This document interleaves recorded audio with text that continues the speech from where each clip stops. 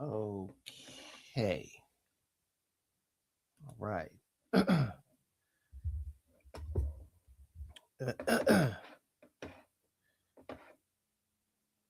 All right. Let me just shrink this down for a moment because it is kind of in my way. Let me just shrink you. Shrink you. Okay. All right. All right. And there we go.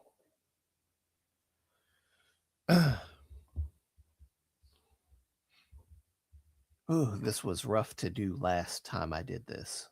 I think it was last week. Yeah, this was rough. So hopefully this will go a little smoothly, a little more smoothly rather, um, than it did last week. Because I didn't know what I was doing. I did, but I did. All right. Oh, yes. Whilst we are here, let me just grab. I'll get better at this once I get used to it. I'm still not quite used to all this shit. I'm not even sure if it's just me hearing this, seeing this, and I still can't hear the mic.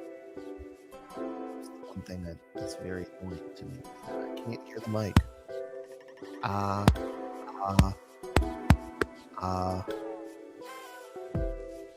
ah. I hear that. Don't hear me. Oh, I can't. I hear myself finally. Get out. I finally did it. But I only hear myself in like one ear, so that's not okay. Let's see, how do I fix that? Okay, I finally did it. Great. I finally did it.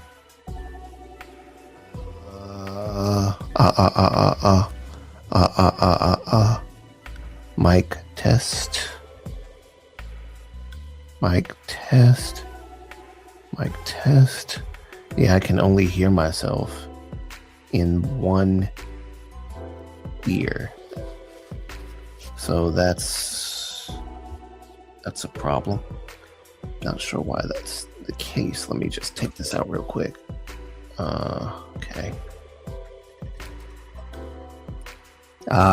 Yep. Can only hear myself in one ear. Oh, I guess that'll do. I don't need 2 ears. Just one. Well, that's progress. I can hear myself. Hopefully, I'm not too loud, but if I am, just let me know and I'll turn myself down just a little bit. I only turn myself up enough so that I can hear myself speaking.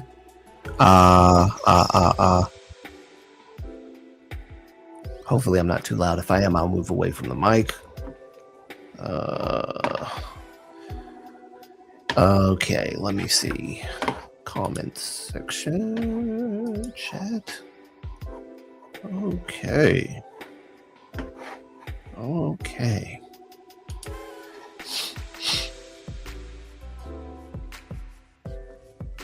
You know, I always want. You know what? Let me hear what I sound like. Okay, so. You know, I always. You know what? Let me hear what I sound like. This actually sounds really good. I'm not gonna lie. So, oh, I like that. I did it. So now I see what I did not do on the last live stream. Everyone was hearing me through the iMac audio, not my actual microphone. I did not have my mic. Well, no, I guess I had my mic on, but it wasn't on. I was hearing the music playing in the background. Now I think everybody can hear it. I think everybody can hear everything now because I switched everything. That's what I didn't do. I did not switch everything. All right. All right. Cool. Cool.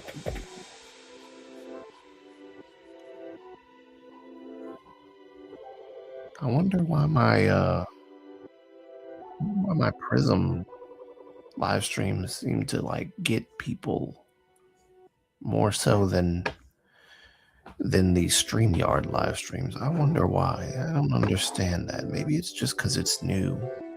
I'm new to this, and so I guess it just needs to catch on. I don't know.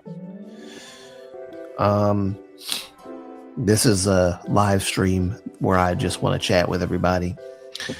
So if people come in, they come in. If they don't, they don't. That's fine.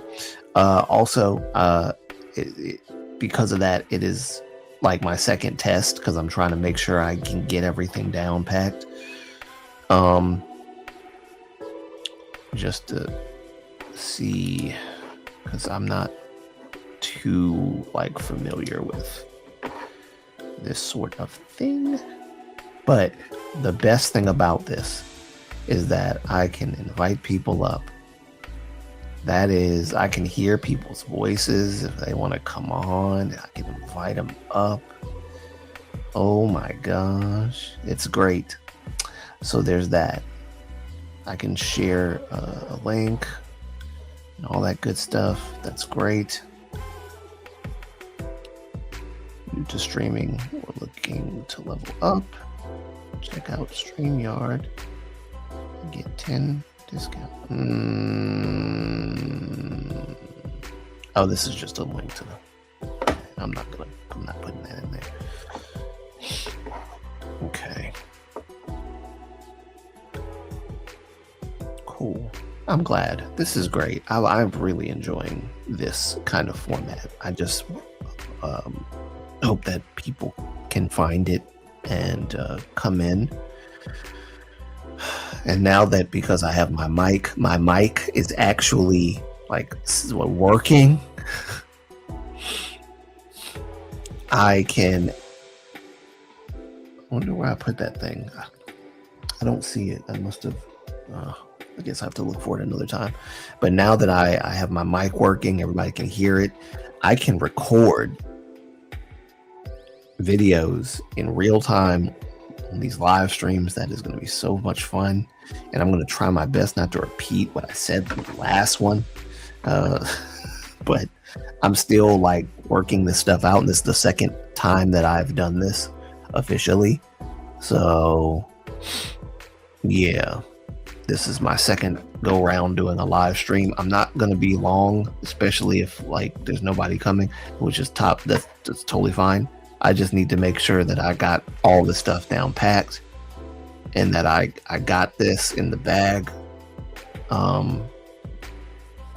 Because I really want to do live streams like this, and I really love the sound of my mic right now. This is I'm just glad that I figured it out because I did not know beforehand. So when Mama Moonlight comes on, I don't know if I'm going to have the camera on. Sometimes I have the camera on, sometimes I have it off. What I will do though is I will most likely what I'll do is I'll make an avatar for both of us. 2 avatars in one. Mom's avatar will be next to mine. I'll edit it that way. And that way she'll have a representation on the screen alongside me. I have to find a picture of her and do that. Miyazaki it just like this. And yeah, that's what I'll do. Sometimes we'll be on screen, sometimes we won't. But I think I might actually definitely use this when I'm doing my content with my mom for Moonlight Scholar. I think this will be the approach I take. This right here will be it. Yes. Let me just put this down. Okay.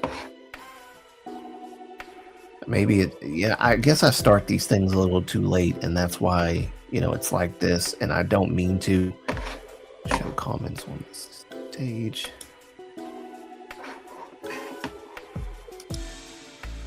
This is okay, the payment plan, blah blah blah. I mean, I don't need all this. These payment plans, man, it's ridiculous. What is this? $88? Okay, $35 yearly. 20% off. Man, I don't know about all that, bro. I don't know if I'm gonna do all that.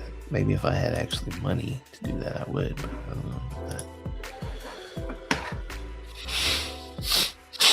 Sorry if this live stream is just like me rambling to myself while I'm working out the kinks and looking at everything. Something I probably should have done. I wonder, does it count it if I do this? Strange. Wow, alright.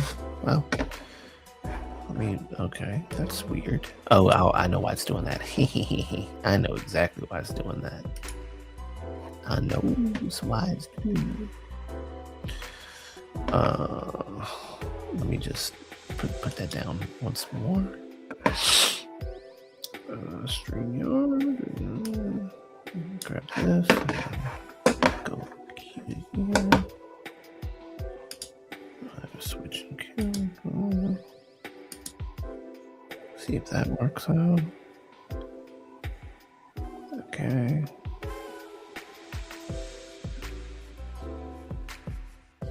Oh boy.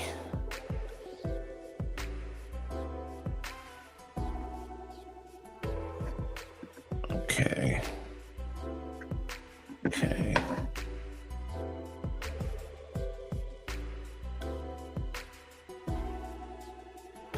Okay. I know I left y'all starving. I don't mean to. We're in a very busy. I'll be doing a comment reaction video, but instead of picking comments,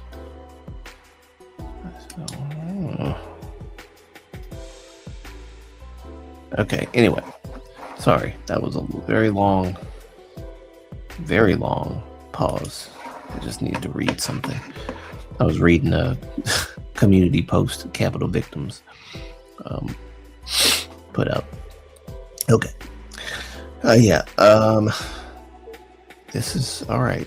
So I think I got everything. I mean, here's the thing. So I could have just did all this like without going live, but I needed to like see how everything works live, because I feel like there's an aspect of this that you don't really get if you don't go live. You're gonna kind of like not quite get it. At least if you're me or someone like me, you need that hands-on thing experience of actually going live and seeing what works and what doesn't, what you need to fix, or whatever what you need to know while doing the live streams, and so on and so forth.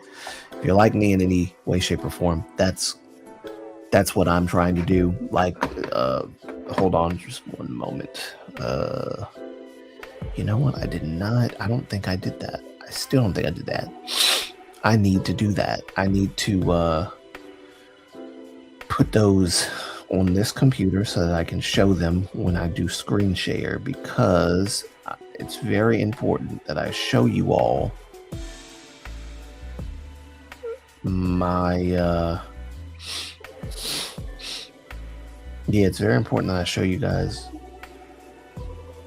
that stuff. I do need to also write some script inside of this live stream so that I can, well, not this live stream, but like the next one I do that'll be more serious. Hopefully, I'll try to promote the live streams as well so that people can know that I'm coming, because like nobody knows that I'm actually live right now. Nobody knows. Oops. Okay, double click. Nobody knows that I'm live streaming at the moment. Can I actually, the dynamic camera grid? Okay. Okay. Okay. Okay, wait a minute. Add item. Dynamic camera grid. Okay, okay, wait. So is this for...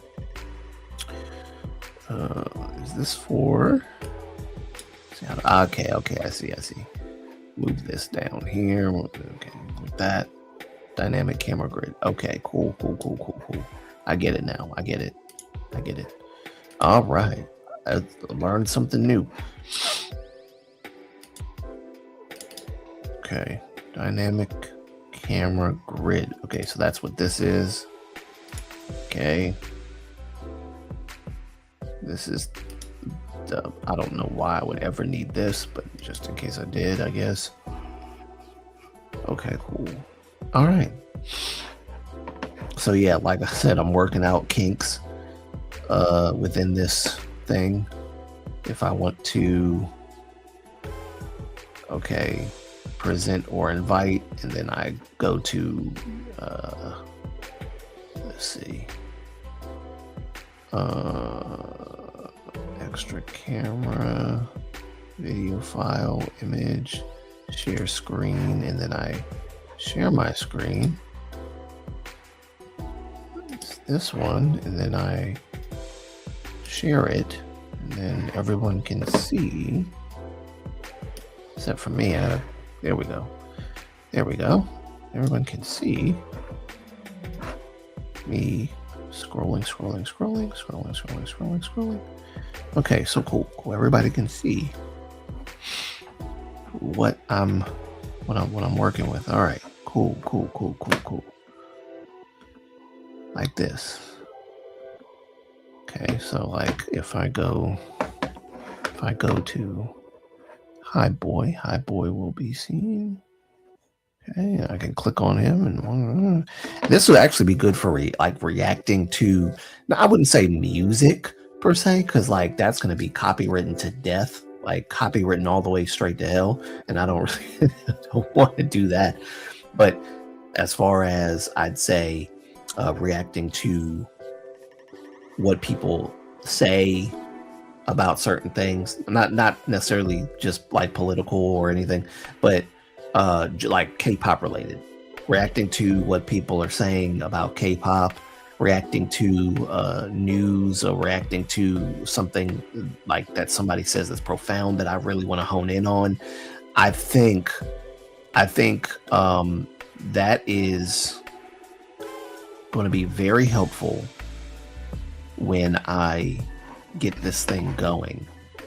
Like that's going to be really helpful, and I can do that in real time. So I think that's going to be great. The only problem is just okay, I can get out of that like that. Okay, I guess the only problem is people showing up. But then again, maybe it's just the time. Maybe it's just the time. I actually wasn't planning on doing a live stream today. I'm actually making YouTube shorts right now and trying to figure out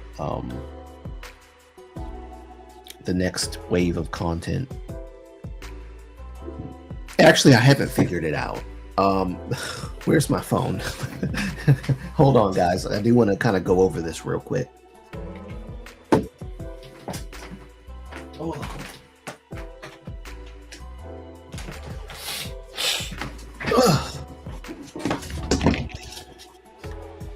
I don't know if I said that I was or wasn't going to talk about this. Oh. Okay. Oh. So strange that I can hear it more profoundly in one ear than in the other, and I'm not sure.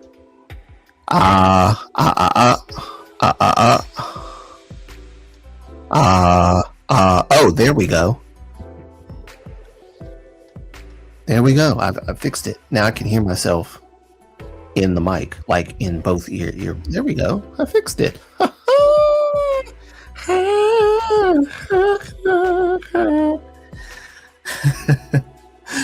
I fixed that bad boy. Yes, I did. Oh, this sounds great.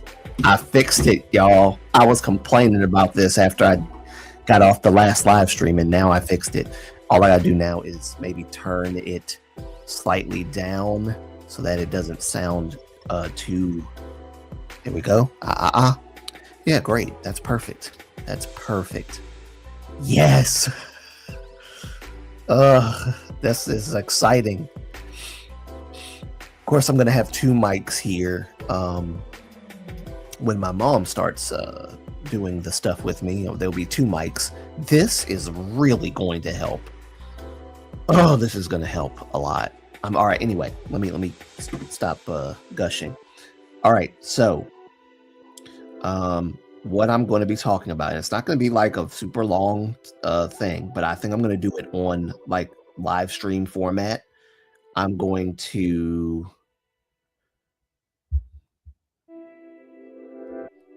hold on one sec.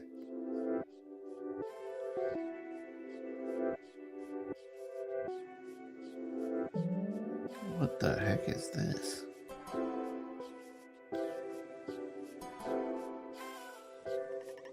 Who is? What is? Yeah, no, I'm not. I don't know what this is. I don't know what this is. Anyway, I don't know what that is. All right. Anyway, what was I saying? So I'm going to, sorry guys, I'm just like all over the place. I wish I had a cleaner way of doing this live stream to where I'm not like fumbling around with words and sound like I don't know what's going on, what I'm doing. Anyway, but I had a conversation with my younger brother about the Becky and Jumin and Chin situation.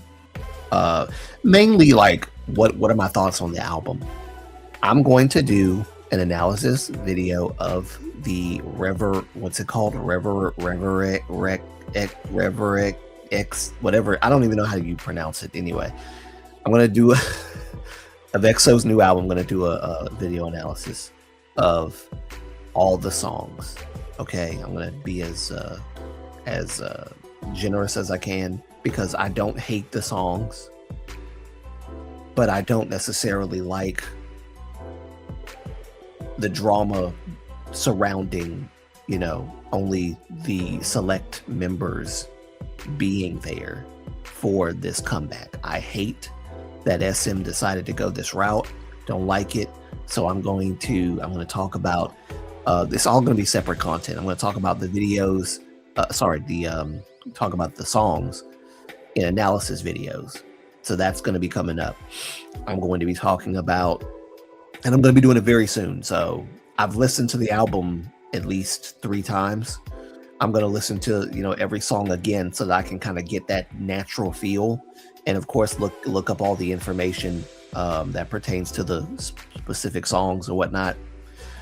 And separate content will be me talking about how I do not like, probably me ranting, I do not like what they did, and referencing the situation where, because this is what I believe that Baekhyun was coerced into trying, like them trying to get him to sign another contract that would benefit all the members.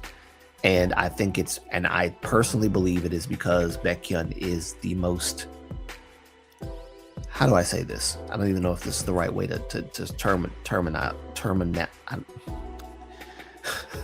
I don't know if this is the right way to say this. I'll just put it that way. He's the most lucrative. Maybe I should look up lucrative before I just start using it.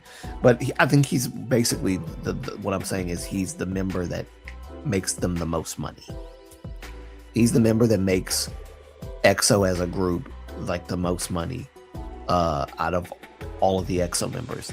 Now, I don't agree with the narrative that a lot of people are saying that all of the other members are just like side characters and that Baekhyun's like the main character of the whole thing because he makes EXO the most money. I don't really like that narrative. I think that's a bit that can be a bit toxic because it starts wars within a fandom, the same fandom. So I don't like that narrative. What I will be discussing is, however, that I believe that I wouldn't say he's the main character, but he is the one that makes him the most money. And the proof of that is that they did actually try to get him to sign another contract that would benefit all the members. And I don't remember if Baekhyun said this himself. I feel like he did, but my feeling and me knowing is like 2 different things. So I need to actually make sure that I got that down pat and look into it before I start making the bold claim that Baekhyun said that they coerced him into doing this. So I'm gonna be, y'all know me. I try to be as careful as I can. So I'm gonna look at that again and see if I can find any reference to Baekhyun saying this or whatever the case.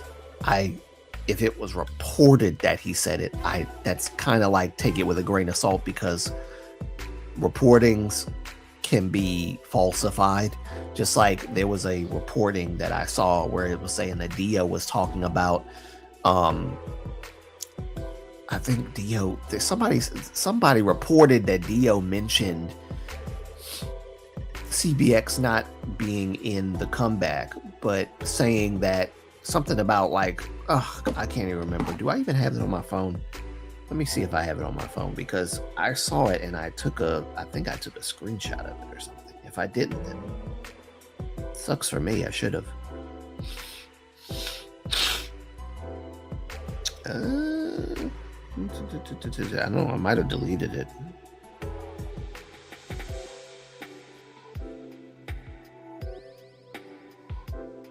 Wait.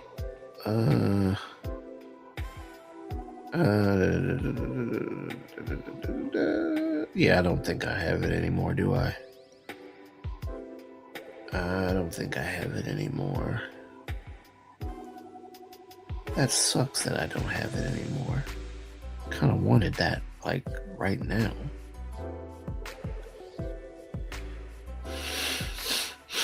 Yeah, I don't have it. I wish I had it. That would have been great. Yeah, I guess it's either on my computer or somewhere like that, but I don't have it on me, which sucks. But yeah, it was like they were saying that it was reported that Dio had done an interview talking about it, but there was no such interview done, basically. And so it's being taken as it's a made-up story by some reporter that is lying, basically. That and I've seen from many people online saying that you can't even find that interview. Like these, because you know when someone says in an article that it was reported that some idol said this, X, Y, or Z, people are going to go look for it. And if they can't find it, so I don't think that it's in existence, because a lot of people have already tried to find it. I don't think that it's something that's buried in the ether. I think everyone would have heard about this and seen it or reported on it, because that's big for Dio to be like talking about something like regarding the CBX members for a comeback or whatever. That would have been big news. So that nobody talked about it, that nobody said anything about it other than this random report where it was reported that Dio had done an interview, and even like going so far as to, because like if this report is false, then the quote, because it even, screw this, let me see if I can find you know what, I just thought about something, Chetch. There's a little something on this thing called screen share. Let's see if I can find it and then screen share. I wish I had all this stuff prepared, but this is just kind of Acapulco, so just bear with me for a moment.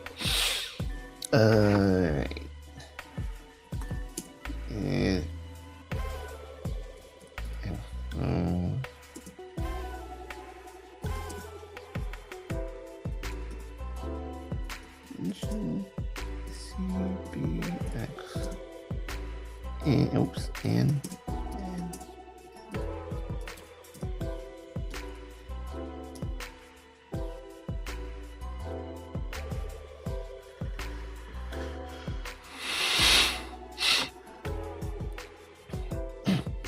XO SM versus CBX. I really don't understand why people. Oh yeah, I remember that when I read that. But I'm sorry. Yes, a member of XO has addressed. Yes, members of XO have addressed the situation regarding XO CBX region. In what interviews though? 2024, 2025. What interviews Suho comments? Okay, so then this I didn't mean to.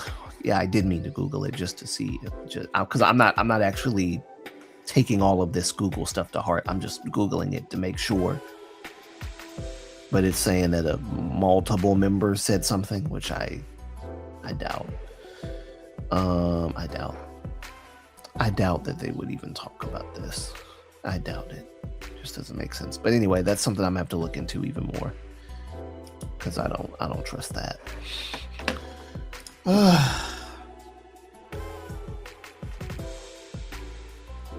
gonna try something real quick. Let me see something. Let me see.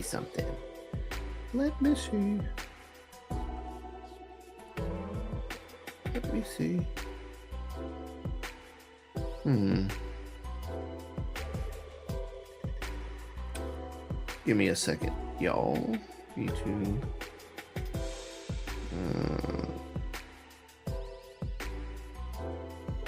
There is an activated YouTube live session. You can end the live session from the YouTube and the listen. Okay.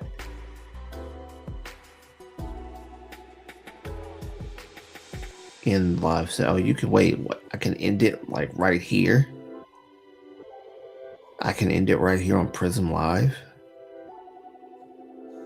Interesting.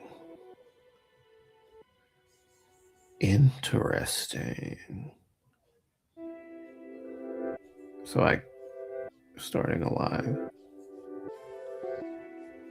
I just want to see how this works. Let me see what happens. I just want to see. Because people are more familiar with my Prism live streams.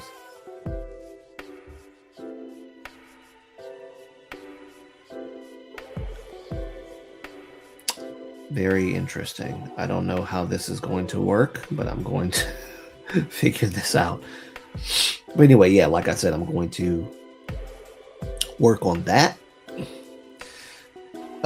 So it's going to be two separate things of content. Like one of them is going to be, like I said, rant, because I really don't like what SM's doing right now. And people can have their own opinions on the matter. That's fine. I don't like it, so I'm going to talk about it. Take it from Canada. Hey. Okay. So I wonder why no one's like seeing my other live stream. Where is Wedding Riker? Oh, speaking of which, wasn't it you that said that I had asked me about my email being on my YouTube channel so that you guys could communicate with me and send the gifts and everything? Oh, I talked to Mama Moonlight, by the way. She said she's on board with it. So I just need to put my email on my YouTube channel. I'm doing this live stream because I want to direct everyone to a live stream that I'm currently been doing. Not this one, but there's another one, and I'm using StreamYard to do it, and so that's why maybe some people might not know. So I'm doing this to see it, because apparently people can see clearly my Prism live stream, but they can't see my StreamYard live stream, and I'm not sure why. Oh, this happened last week too. I'm not sure why that's the case, but it's the case. Okay, there we go. Yeah, so I'm gonna, like I said, I'm gonna update my email and then do that. Just give me a second. Get help with your tasks. Try now. I don't need to do that. Okay. Because like I have no one to gauge like how this live stream is even going, because no one's on it. So I said, well, let me test it out and see if if people can see my Prism live stream, but not my StreamYard live stream. I'm trying StreamYard and seeing, there we go. Okay. Wait, how is that possible? Okay. Interesting. Does that mean that's okay? Okay.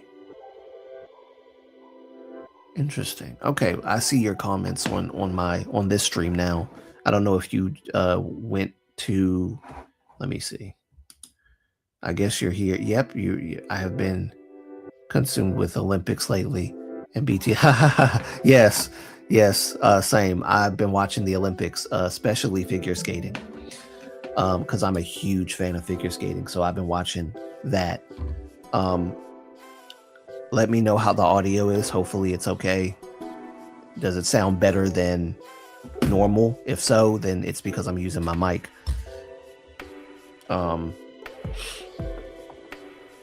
Yes, I've been watching the Olympics and all that good stuff as well. So I've been keeping up.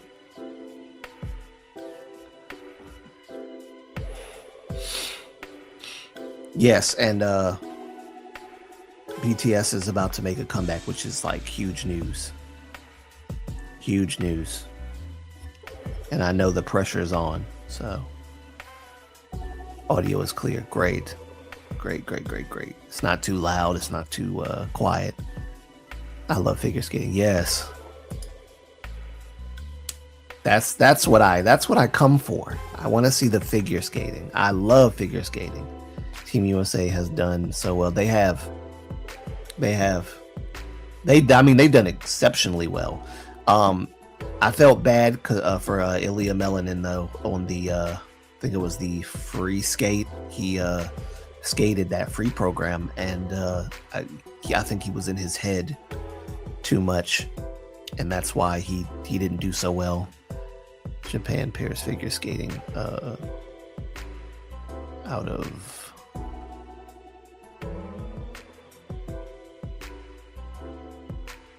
Ontario, Canada. Those are the main teams that I love. America, obviously, because it's my team representing my country, and Japan, Korea, Japan for obvious reasons. Japan, they take figure skating so seriously, especially since we've had some legends come out of Japan from figure skating. So Kageyama, I'm not surprised that he did very well. Shun, I think that's his name. Shun, I can't remember his last name right now. It's escaping me. But I was very surprised with Shun. Shun did amazingly well. I don't even know which one's the better one, Kageyama or Shun, but. And then the girls, amazing.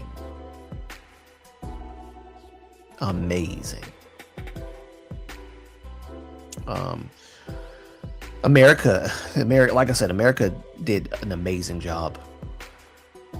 Amazing job. But yes, I totally get you. I was also consumed quite a bit with the Olympics and so forth.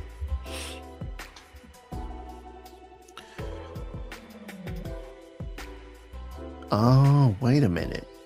Is my Prism live stream connected to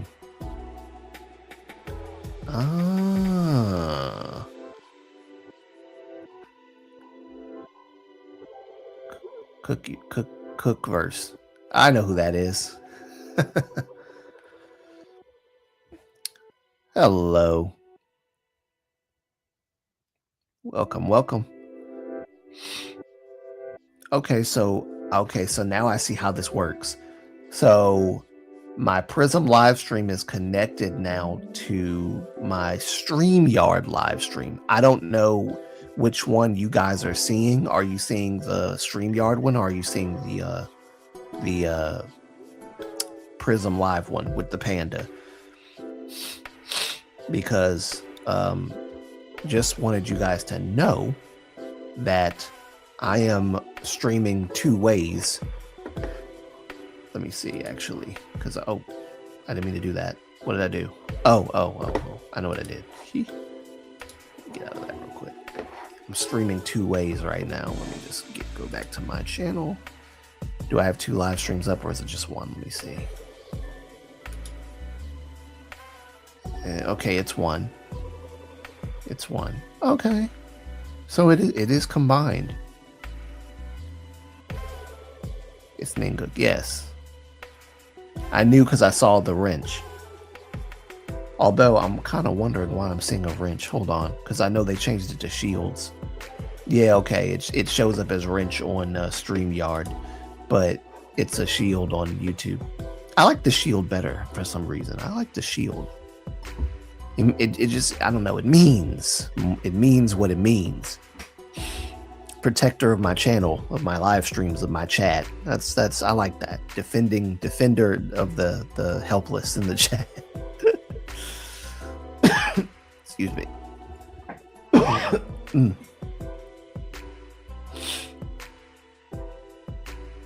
Interesting. Okay, so maybe I need to just do this from now on and like pair both of these StreamYard and Prism together, and then that's how the audience will come. That's what I'll do, because I was wondering how this works. I'm still trying to work out the kinks of StreamYard. So, but ladies and gents, I don't know if you guys can see this, but I now have the ability to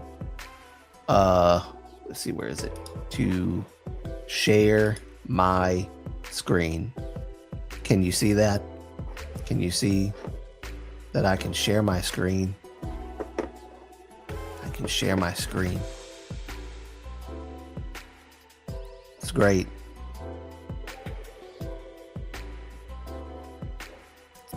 It's great.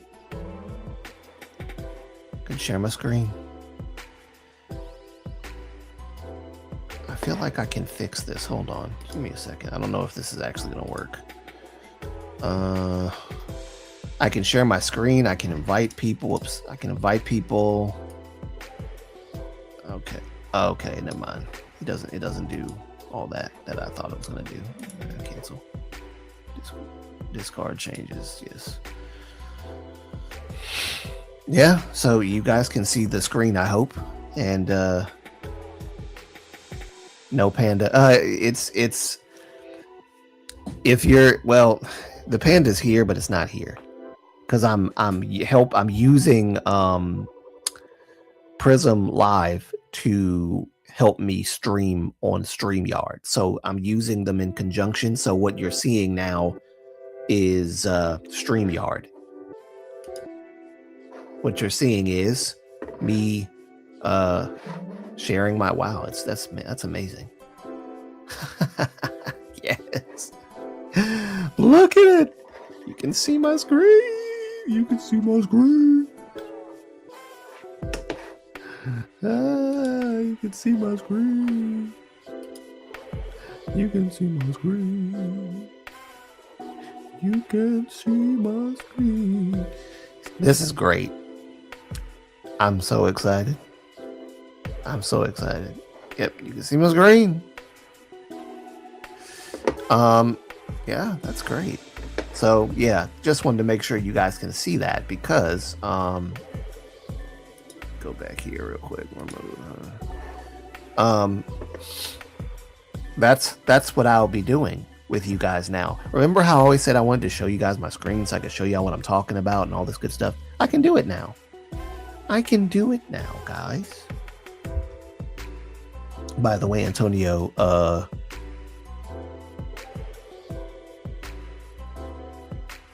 wait, what happened? By the way, Antonio, Kareem and Ramadan began the same time this year on my birthday, by the way. Oh, really? When's your birthday? It was the 18th, but thanks. Really? Oh, well, hold on. Give me a sec. Let me turn this music off. I'm gonna sing happy birthday to you. Let me just, oh, I didn't mean to do that. Oh, I just found out a new way to, that's cool. Okay, cool. All right, let me stop gushing. All right, hold on. Let me turn this music off because I think y'all can hear the music too. So let me just turn this music off real quick so I can sing a little happy birthday to Ninguk there. Give me just 1 second here. I said I would do this. There we go. I said I would do this for you guys. Let me just, all right. Here we go. What key do I need to do this in? Abby? Yeah, I'll do that. All right. Wait. I guess I don't need to know how old you are. It's fine. Happy birthday to you. Happy birthday to you. Happy birthday, dear Ninguk. Happy birthday. My voice is a little bad right now. To you. Sorry. My voice sucks today. Maybe I should have did some vocal warm-ups before I did that. I'll try to do better next time. Sorry. Happy birthday, Ninguk. I think it's because I have my earphones on my head as well, so I can hear myself, but I can't hear myself. So maybe next time I'll take my headphones off. I feel like that needed a redo. I'm a perfectionist, so if it sucks, then I know you're not gonna say it sucks because you're gonna love. Oh, you have a beautiful voice. It was nowhere near as good as it could have been. It's nowhere near as good as it could have been, but I appreciate it. Thank you so much. Happy birthday, Ninga. Happy belated birthday, because I know I'm late. Let me go back and get there we go. Music there. Oh, I gotta do better next time. I didn't like it. I'm glad you enjoyed it, though, Ninga. I'll try to do better next time, though. All right. Yes, I can do all kinds of things now, guys. This is going to be great. Oh, by the way, let me go back to the comments real quick so you guys can see. So I can do things like this now. And I'm actually forgetting that I can do that. I can pull up your comments and everything.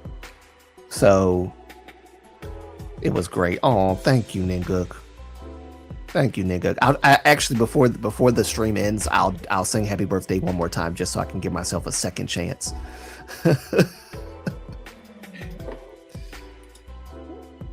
Yeah, I'll try to do that. I'll try to do that next time. It was great. Oh, that's very sweet. Thank you.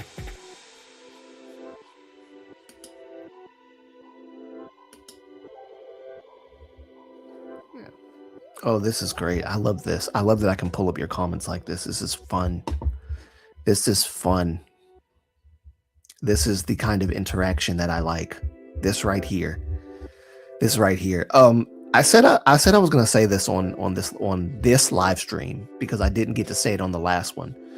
The reason why I'm able to actually use my mic now, and the reason why I'm able to have a better audio quality and all this stuff, and the reason why you can see StreamYard instead of Prism Live is because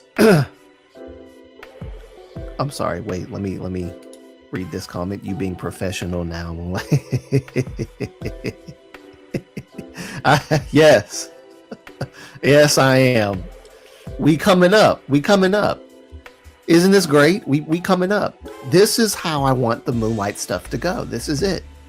Of course, I'm not showing my camera on purpose because my room is not it's not in tip-top shape right now.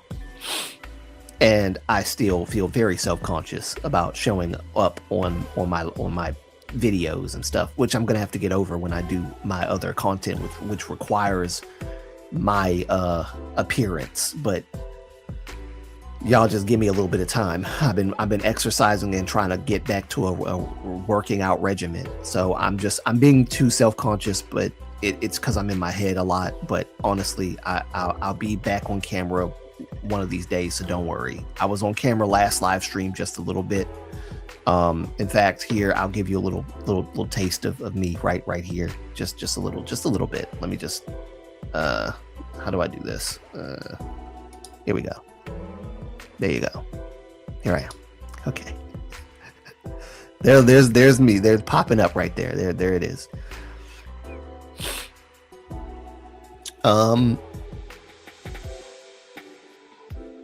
Yeah, so the reason why I'm able to do all this is Iron Man. Yes.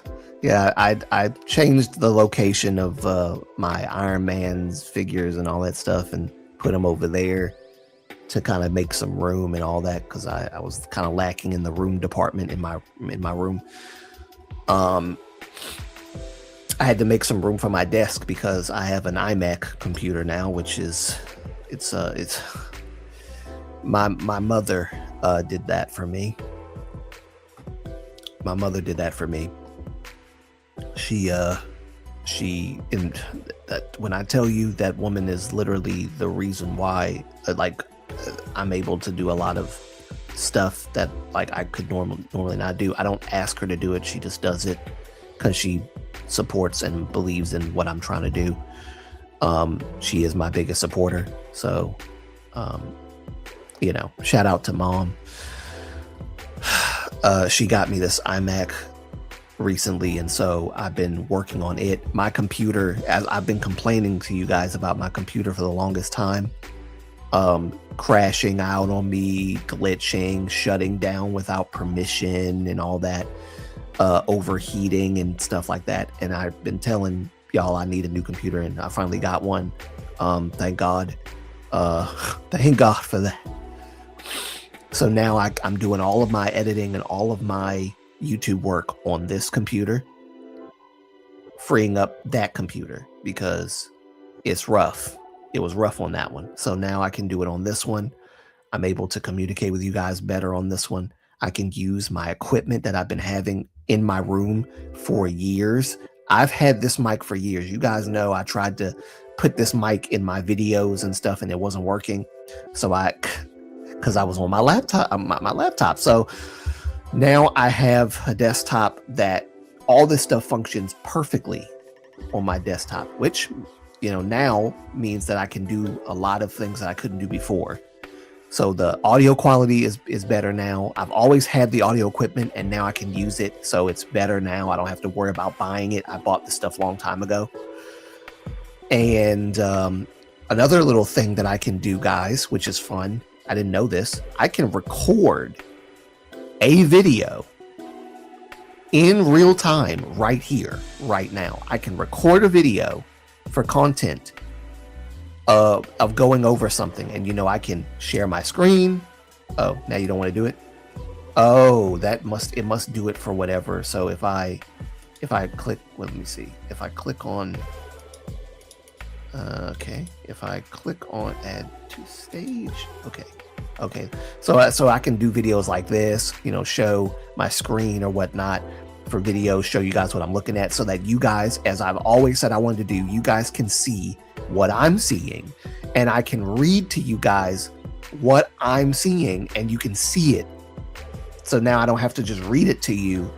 I can show it to you, and I can do this in video format so that we all can have this as content. So CapCut is one thing, and I'm sure I can probably edit some of this stuff in CapCut as well.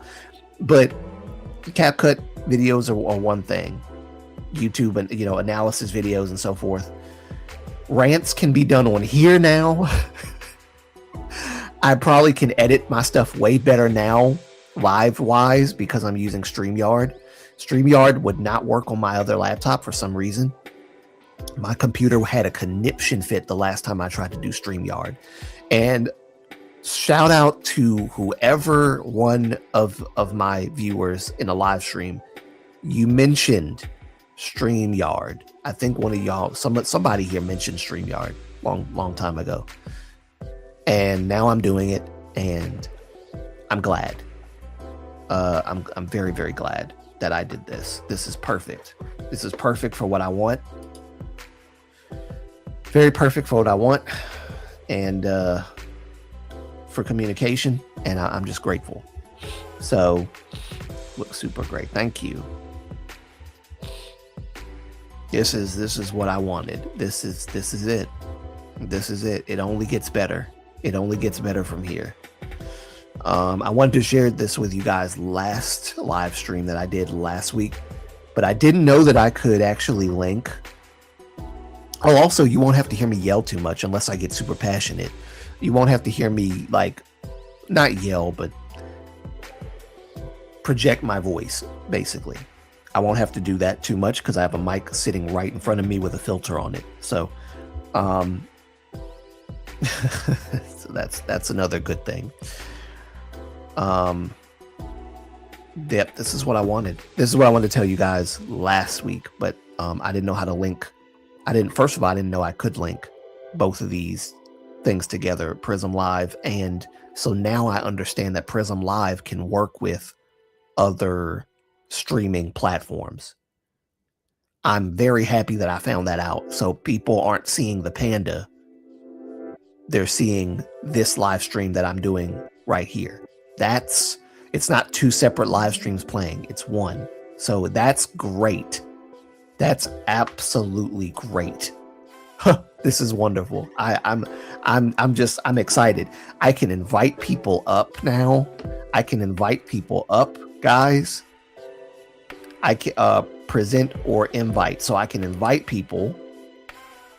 I guess I have to give them a code or something, and then they can pop up and we can have a conversation. I can hear like some of you guys' voices if you ever wanted to come on. I could like send you the link or whatever, and then you can come on. That's great. Isn't that wonderful? For the first time ever, you guys have been hearing my voice for years, and now I could finally hear your voice. Finally, this is going to be a great year. I'm trying to do my best with the content and live life outside of the internet at the same time, and balancing those two things is quite difficult. But this is going to be very helpful for this channel, for the Moonlight Scholar channel, what I'm going to do with my mom. I would like to have my voice on too. Yes, we can do that. We can do that. Now we can do that. Absolutely. I would love to have you on, Jonte. I would love to have you on. It'd be my honor. That's great. That's great. And I'm glad that people actually are like excited to have their voice on, because some people don't want to be heard or whatever. But I want to hear you guys' voices. I love having conversation where I can listen to you speak and, we can engage like that. And I think this might actually draw me closer to facilitating a conversation between Black K-pop stans and Korean K-pop stans about the cultural appropriation topic, which some people have let me know, that's an old topic and things like that. And I'm like, yeah, I know it's an old topic, but it's a topic that needs to be discussed nonetheless, because there's a lot to unpack with that whole conversation. And I think we need to narrow down like and lock in definitively what is and what isn't cultural appropriation, because I don't think that people are on the same page there. And it's just a lot of generalizations and things like that, and I want to like get out of that mindset of generalization and all that. So yeah, that's a good topic. Yeah, I really think that's going to help a lot. So this whole, all that's being done right now is just setting up for the bigger content that's going to come later on. So I am really, really excited about that. I am so excited. again, shout out to Mama M, because God knows I needed this. She surprised me, actually, because I didn't know entirely that I would be getting this. And then one day she was like, yeah, I'm gonna get you let me know what kind of computer you want and I'll get it for you. Now I'm just blessed. I'm blessed. I have literally the best mother in the world. And I hope that everybody feels that way about their parents. I have literally the best mom in the world. Oh, also, I know some of the older viewers want Mama Moonlight to have a channel. I remember that live stream. I think Shiny's Nuna and a few other was like, yeah, I'll watch. I think some of you even actually had said, I'll watch anything Mama Moonlight puts out. I'm wondering what she'll do if she does decide to do it, but that would be fun. And of course, I'll try to help her with her content as well. But I'll probably be the one editing it, most likely, as well, because Mom, she works and stuff, so she might not have the energy to do all that. So I'll try to help her out and edit the stuff if she ever does it. I think that'll be fun. She can use the StreamYard, and I'll be right here with her trying to help with the technological stuff to get her on track and everything. I am so excited. Oh my God. And then guys, you guys know how I am on staying on topic. I suck at it. So they give you a thing called notes where you can type in notes on here to keep you on topic. I think that is brilliant. It could actually act as a prompt as well. Actually, I think they have a separate thing for the prompts. I'm not sure what it is. Banners. I can have banners. I can have banners showing. This is an example of a banner. Click on a banner to show it. Yep, I can do that. Oh yeah, we're gonna have fun. We're gonna have fun. I'm gonna repeat what I said because you guys weren't here when I said this. I was talking to myself, but I'm working on. I just did the Onu content. I want to do more Onu, and I actually want to kind of dive into Minho Jonghyun because I haven't done Minho Jonghyun key entirely. I've been doing a lot of Taemin, and I know my mother loves that because Taemin's her favorite member. But I'm trying to get to the other ones. But apart from that, not only am I going to talk about the EXO comeback and doing video analysis of the songs, but I want to talk about some of the controversy surrounding why I personally am not happy with this comeback.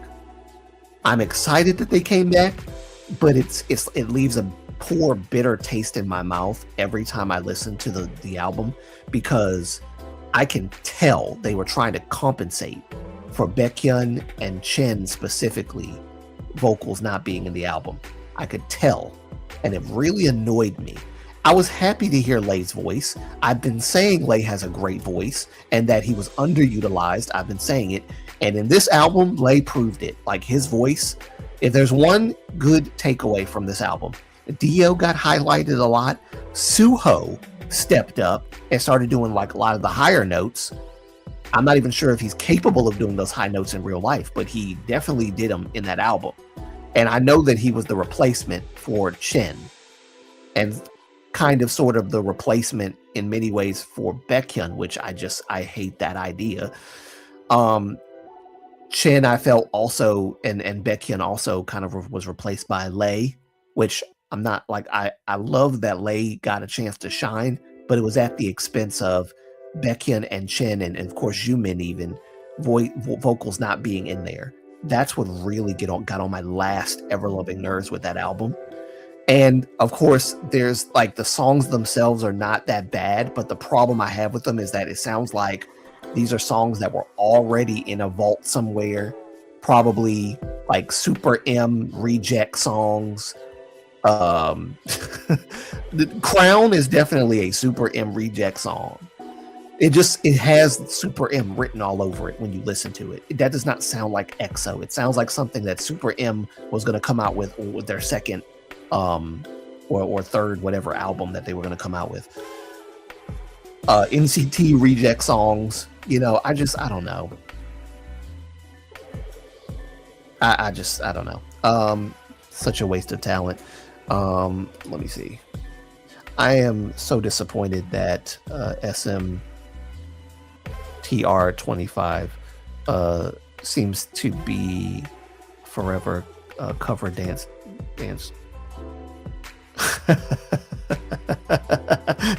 You're right. Yes, I saw me being slow in reading. Yes, I agree.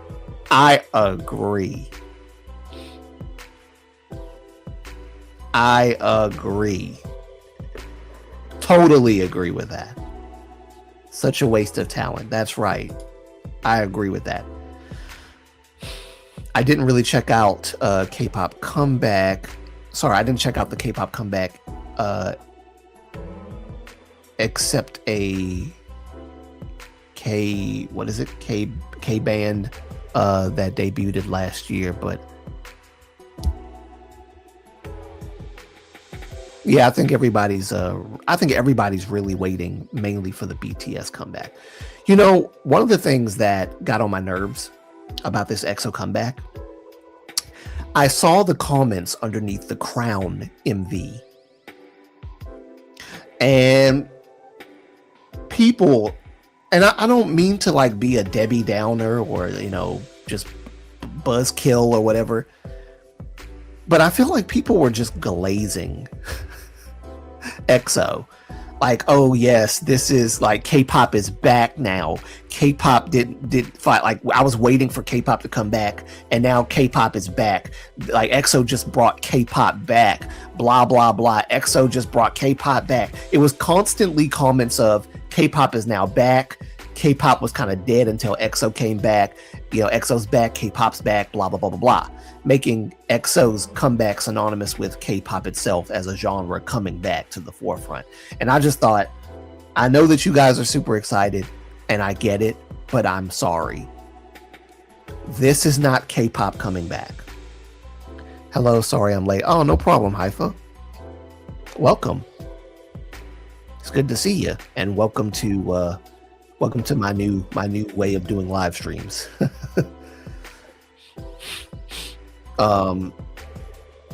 Yeah, I'm just not stoked for that. I don't like it. I don't like the comparisons just because they're excited. I hope EXO members settle things with SM, especially Beck. And here's the thing. Some people were kind of getting on to me with the last video I did about it, saying, it sounds like you're taking SM side or whatever. I mean, sorry, taking a CBX side or whatever. And CBX is clearly in the wrong. Perhaps there is an issue, and I said this, I'm okay with being proven wrong. I'm fine with that. If I'm wrong, I'm wrong, and I'm happy to be corrected. If there is a problem with the 10% royalty fees that they need to pay, that's fine. I get that.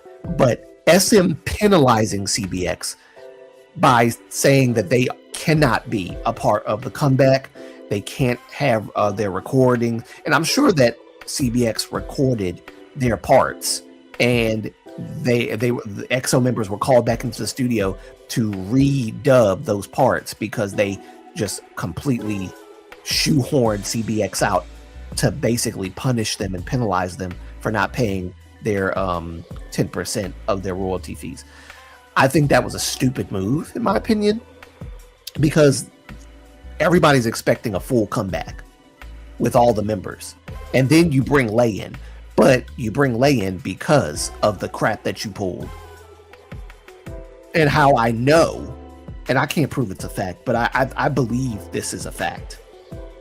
Because I know, I feel that Lay came back only to fill a void that the other three members, left. And my proof of that is when people are purchasing concert tickets for EXO's concerts coming up, and comeback concerts and so forth, Lay's not going to be there. He's only there in voice. He's not there like physically. So they pulled him out for like, hey, we need you to come over here and fill in this gap because CBX is not on the album. But if, as you guys saw in the award show and like every time they went on what's it called, Music Bank,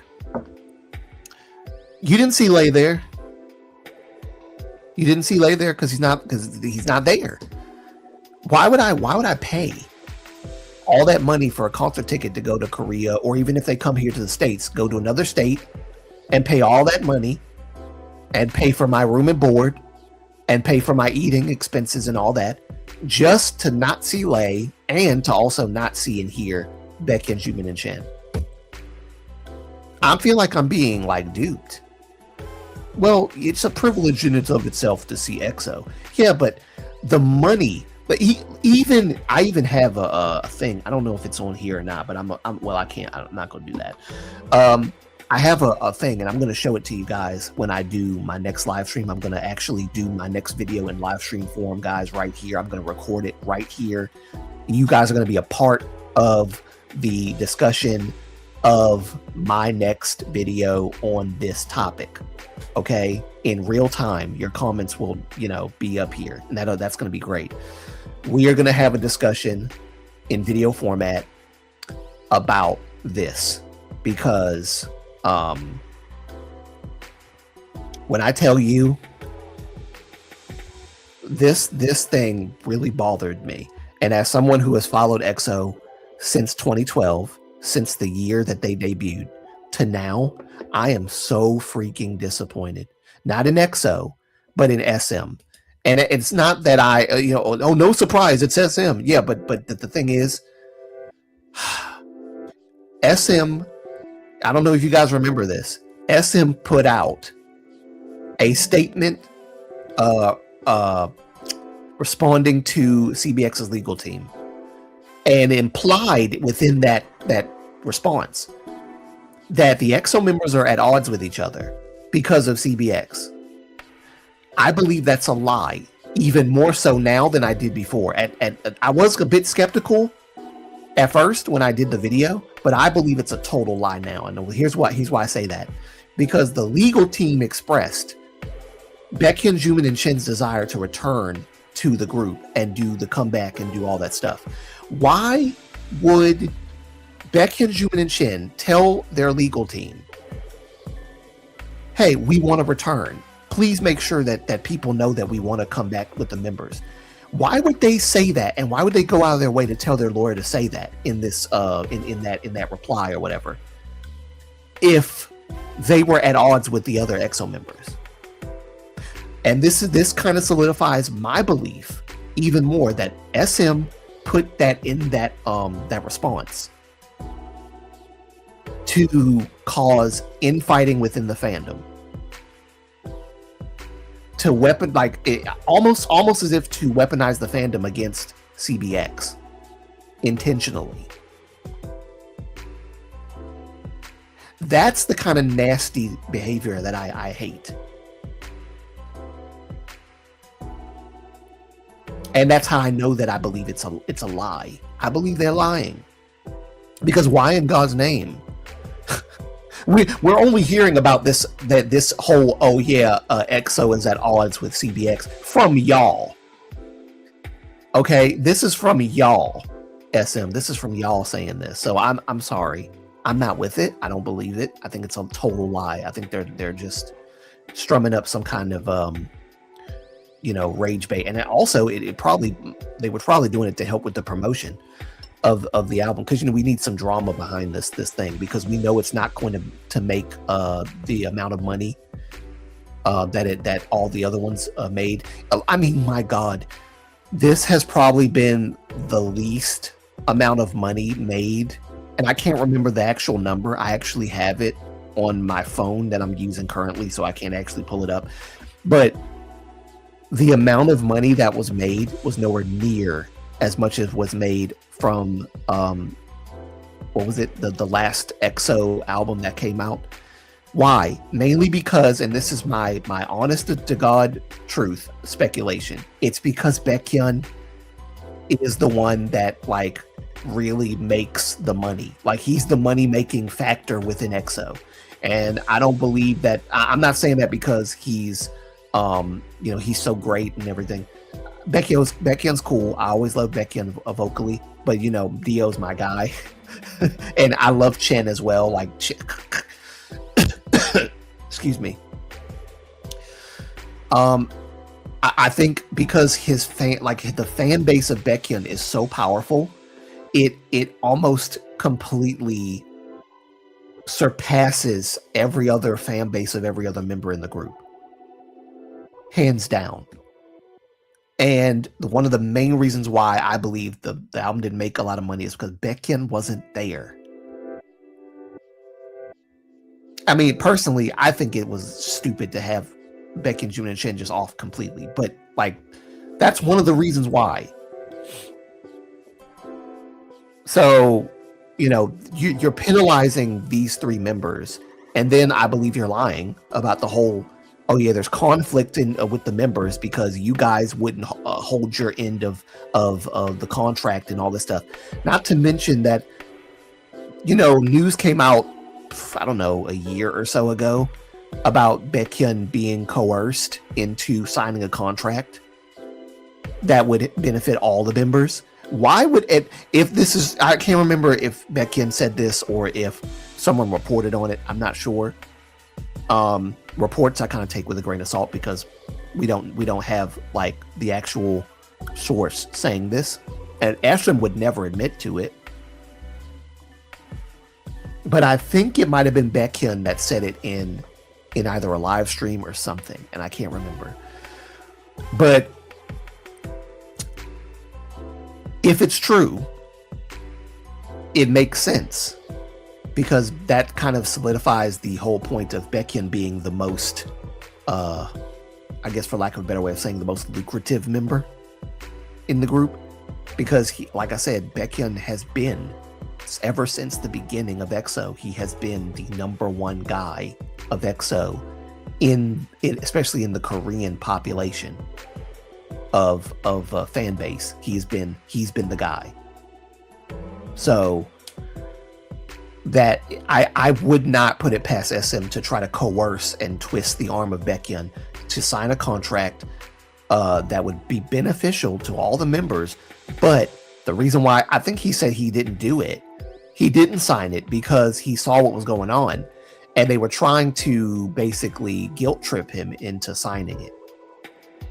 Is what, if I recall correctly, I think they were trying to guilt trip him into signing it or something, and he said he wasn't going to do it. And that's what I think SM is trying to latch that whole narrative of the members are mad at Baekhyun, Jimin, and Chen because of Baekhyun not signing that contract. They're trying to, I think that's what's going on. They're trying to tie it into that. Both are the most popular. Baekhyun is the most, sorry. Here we go. Both are the most popular. Baekhyun is the most biased in Korea and the East, and Kai is the most. Yes, that's true. Kai, yes, that's right. Thank you for reminding me. Kai, yes, Kai is actually one of the other members. Yes, that's right. Thank you. It's been so long. But Baekhyun is definitely one of the most popular members. Yes, absolutely.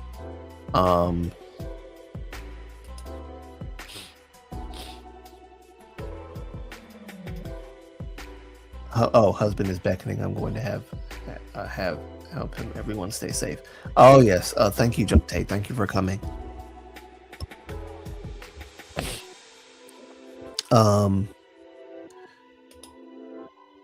They still have Kai, who is the most popular of the group. Yeah, that's true. But it still cuts the popularity in half. It still cuts that popularity in half. And maybe even more so, maybe beyond in half at this point. Because EXO is not what it used to be. And again, this is, people can blame the members all they want, can blame Chen for getting married and having kids, can blame Chen Yo for something that he was accused falsely of doing he didn't actually do, blame Dio for whatever they want to blame him for like I think he smoked or vaped or something, and he got backlash for it. They can blame everybody they want. Blame everybody they want. At the end of the day, it's not EXO's fault, it's SM's fault, because they marketed these guys to be this powerhouse. They failed with them, then they tried to do it again with NCT. And as a result of placing so much stock on NCT, they ended up pushing EXO further back. Tempo didn't get as much commercial. I don't even know if that's the way to say it. Commercialization or whatever. They didn't get enough. They didn't get nearly as much as NCT. NCT was the thing. They had NCT U. In fact, NCT 127 didn't even put out an album yet until NCT U put out an album. I think NCT did like they did one mini album maybe before NCT U did what they did. But NCT U was like the main thing before NCT 127 actually came out with their first official album.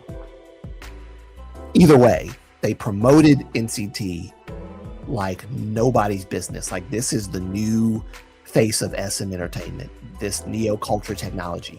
And then there were hints of aespa within certain things that they did, because aespa was going to be like the power girl group of SM. They were kind of like setting the stage for the Kwangya stuff, I guess.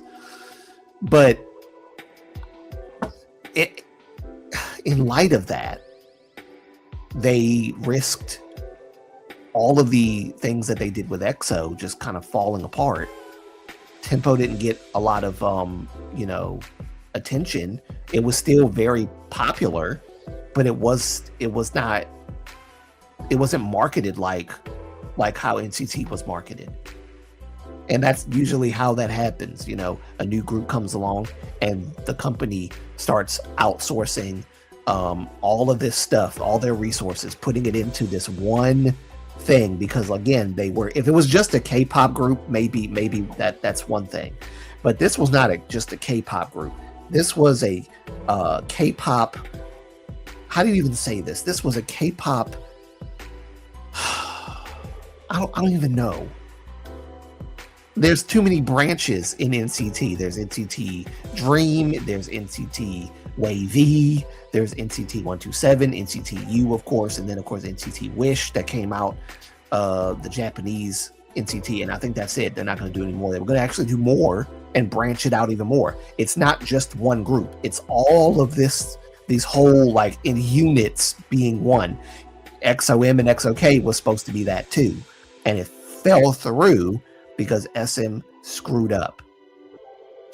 So all of this is now coming to a head with SM Entertainment, and I don't know how people can side with SM when they've been doing this. They did it with TVXQ, JYJ, the whole JYJ incident. They keep doing this stuff over and over and over again. Over and over and over again. So I don't know. I don't know.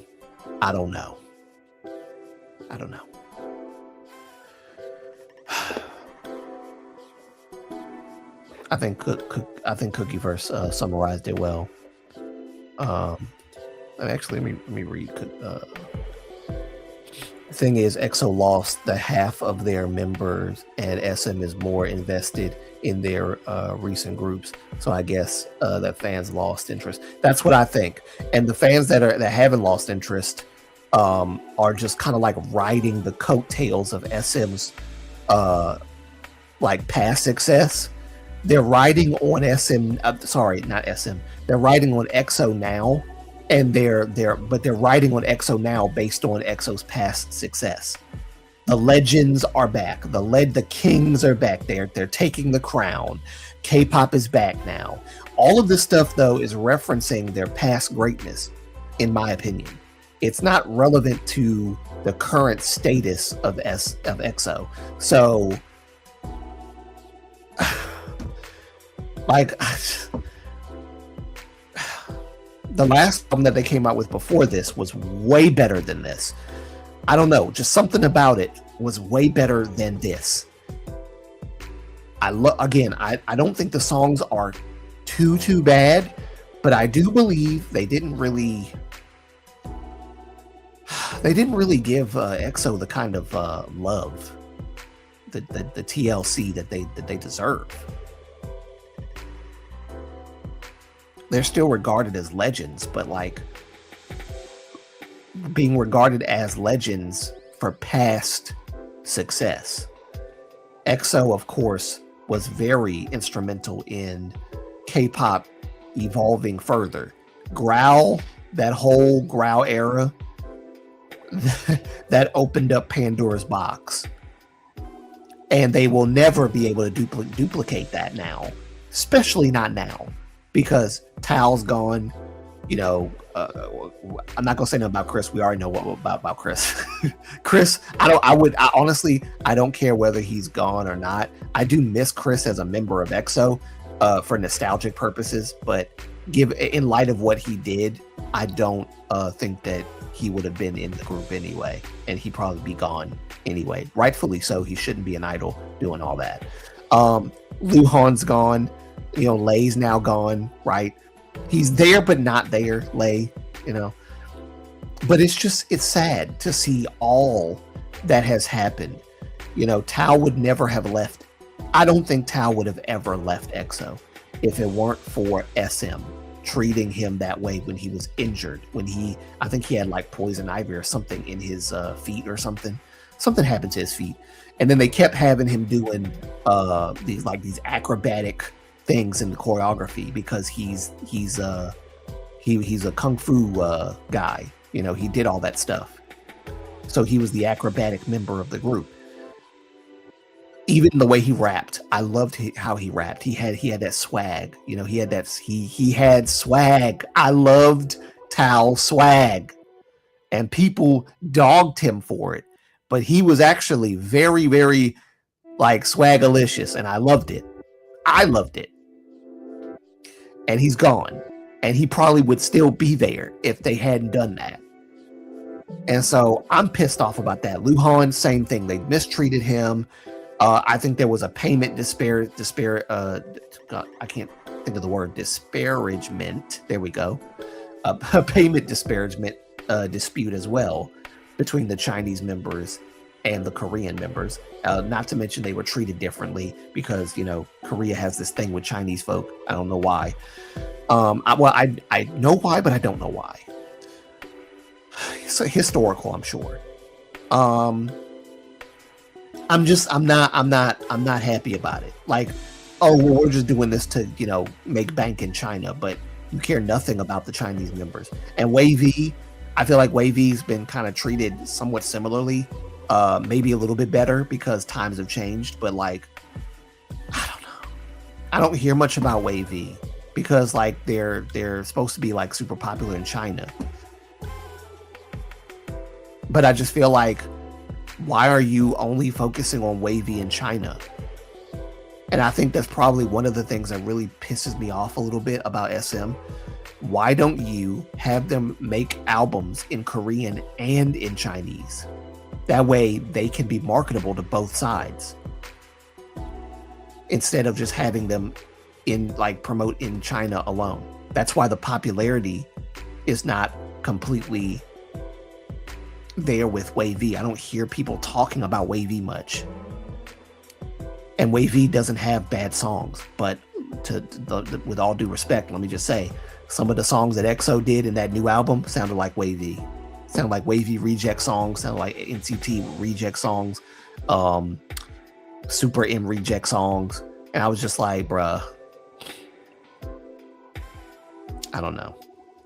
I have a mixture of emotions with regards to the comeback. I just don't like it. Y'all, as y'all know, I could talk about this for days and days and hours. In my opinion, EXO peaked way too early with Growl, Call Me Baby, and Monster, and then SM couldn't maintain this success. I feel like they could have maintained it though. I think the problem was because I don't think they peaked too soon. I think they peaked. Well, maybe they did peak too soon. I don't know. Maybe they did. I don't know. Maybe they did. Maybe they did. You might have a point there, Haifa. Maybe they did peak too soon. But no one had done anything like Growl before, music-wise, choreography-wise, and camera-wise. The way that the performance video was shot was in a way that nobody had ever done a K-pop video before. So people were trying to imitate them during that Growl Wolf and the Beauty phase of EXO. And people were coming up short because EXO, no one can do it better than them. The problem was, again, I think everything started falling apart when the Chinese members were leaving one by one by one. I think that's when the problems really started. And regarding the payment disparagement, payment disparity, I think that's the word I'm looking for. Payment disparity, same thing. But Becky and Jimin and Chan are now, through their legal team, claiming that there was a payment disparity there. So they're fessing up to something that's been going on with the Chinese members, allegedly, since God knows when, 2012 maybe. I don't even know if I can say 2012 for sure, because I think during 2012, since they did come back, like they made their first ever debut appearance in that year, they were probably still breaking even with the company, so there would have been not much payment anyway. But I think maybe, I don't know, they might have paid all of their debts after the first album came out, because I don't know, I think the album sales were through the roof with that first album, XOXO. Astronomically so. I think they might have broke even with that and with the Exoplanet, the first Exoplanet concert. I think that might have done it. That might have helped them break even completely. But I do think there might be something to what you're saying there. I think they might have peaked maybe way too soon, maybe way too early with the Growl stuff. Call Me Baby, that was like they upped the ante with Call Me Baby. They upped the ante. Can't speak now. They upped the ante again with Monster. And I think what was that? What was after Monster? War. What was it? War, the Power of Music. We got that power. I think that was after that. I am the lucky one. No, wait, that's Monster, right? That's no, yeah. War the Powers is different. War the Power. No, wait. I gotta look at my my thing again. Yeah, War the Power of Music. No, that was a different album. Yeah, that's right. That was a different album, right? That was after that, I think. Yeah. But like not a lot of people talk about War the Power of Music, except for Coco Bop. That's it. Coco Bop.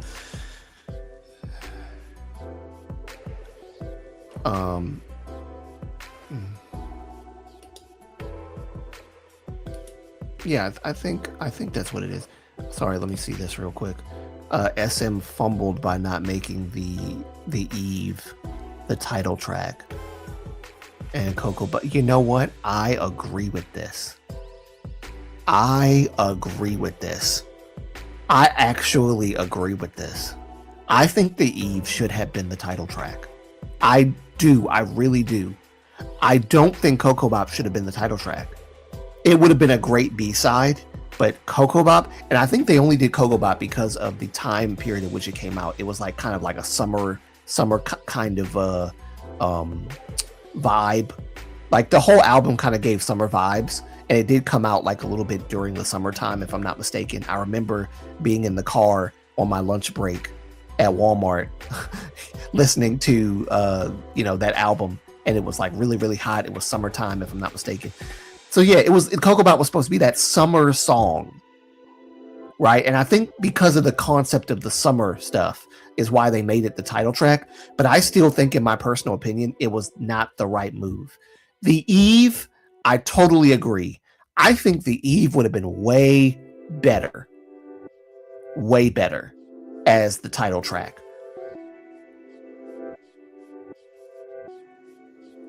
I think the Eve is slept on because it's the first it's the first song in the album. I think that's why. And it's kind of like it's kind of a shorter song, I think, than Coco Bop, if I'm not mistaken. But I think the Eve is a bop. Yes, abso-freaking-lutely, the Eve is a bop. Lucky was with Monster. That's right. The Eve was a bop. Yes. You're right. Growl is unique and ahead of its time. Really, I think that song is still. That song is still. If that song came out today, it would still be dope. That's how ahead of its time Growl was.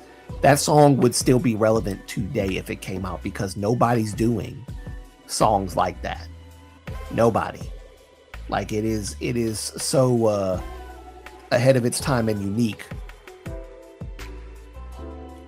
But I think they peaked during what? Don't get me started. Like the best mini album that they came out with was not the first mini album. It was Overdose. Overdose was amazing. Overdose was awesome. That like they upped it with Overdose. Overdose took EXO over the edge. It was literally after Overdose that the Exoplanet came out. It was after Overdose. I think SM was like, yes, this is it. Now's the time.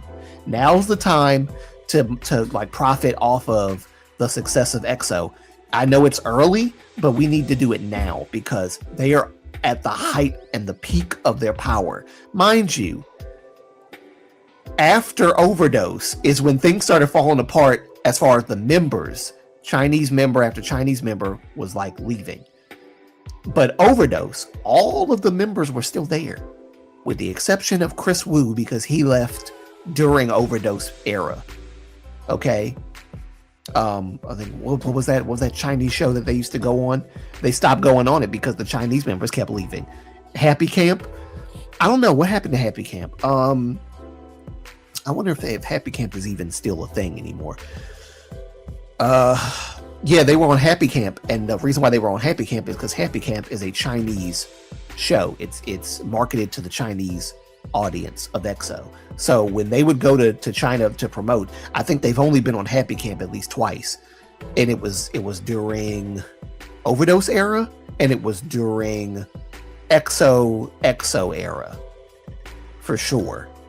They were at the height of their power during XOXO.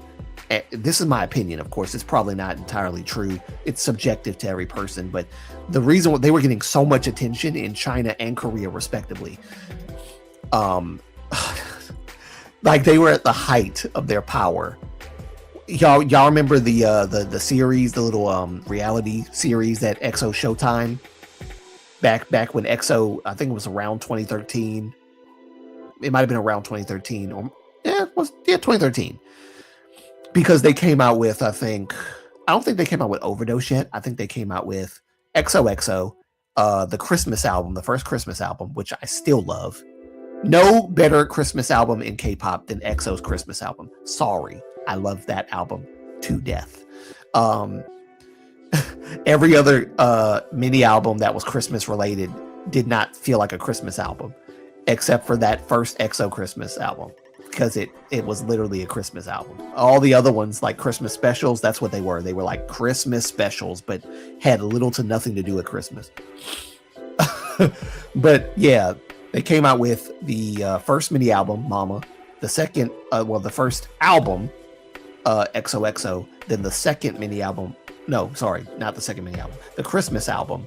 And then that's when they were at the height. And then Overdose pushed them over the edge completely, and it was undeniable at that point that EXO was the group to beat.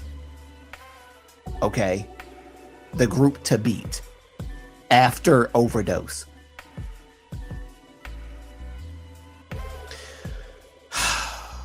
I don't know what happened. Like, I just SM, bro. Like, how did y'all fumble this? Y'all had it. Y'all had it. They had it. Overdose is so good. Overdose is so good. Not many people talk about Overdose anymore. Y'all know I got to do analysis series on Overdose. I've got to do analysis series on all this stuff because I am so behind on EXO. It's not even funny. EXO, but that's the thing though, man. All I have is what EXO has accomplished. Past tense, accomplished. Not what they are like accomplishing now. It's almost as if their era and their time has really passed. And it's solidified with this album. The fact that SM were so in their pride and in their stuck-up arrogance and trying to flex their muscles, so to speak, against CBX, that they did not allow them to be a part of this comeback, which hurt them, which hurt SM. It doesn't hurt Baekhyun, Jimin, and Chen. It hurts SM and EXO as a group.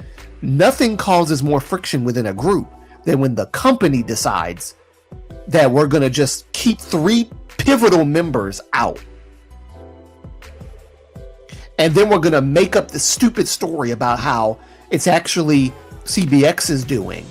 They're the reason why, the members don't want to be seen around Baekhyun, Jimin, and Chen anymore because they're at odds. We're going to make up that story as a way to cover up the fact that we are actually the ones penalizing these guys for something as stupid as, they're not paying their 10% penalty fees, which legal counsel told them probably not to pay the legal fees anyway right now because they're in the middle of all this I guess litigation or whatever.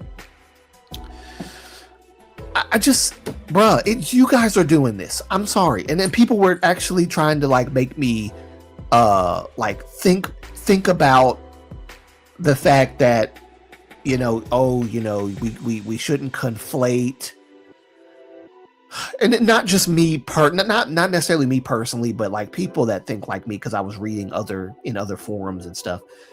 People that think like me, they're trying to make us feel bad for siding with, EXO, siding with Baekhyun, Jimin, and Chen.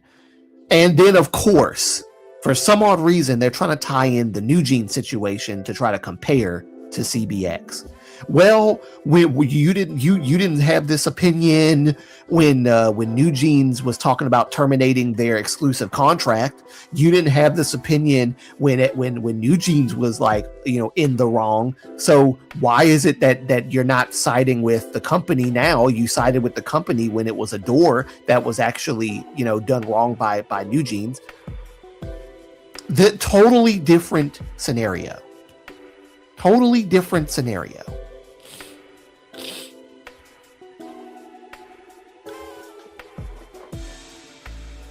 What's this? I checked and they went 3 times to Happy Camp 3 times. Okay, first as only XOM. Okay, that makes sense. Let's see. Then as EXO with all 12 members in Wolf era. Yep, and then Overdose era. That's right. Yep, without Chris can't say Chris Wu's name right anymore. Maybe that's God telling me to keep his name out my mouth. Yes, the third time was without. Okay, so it was 3 times, not 2. Maybe I don't remember the first time because it was just the XOM members. Yeah, that makes sense. That actually makes more sense. But that's the thing. XOM was super popular in China.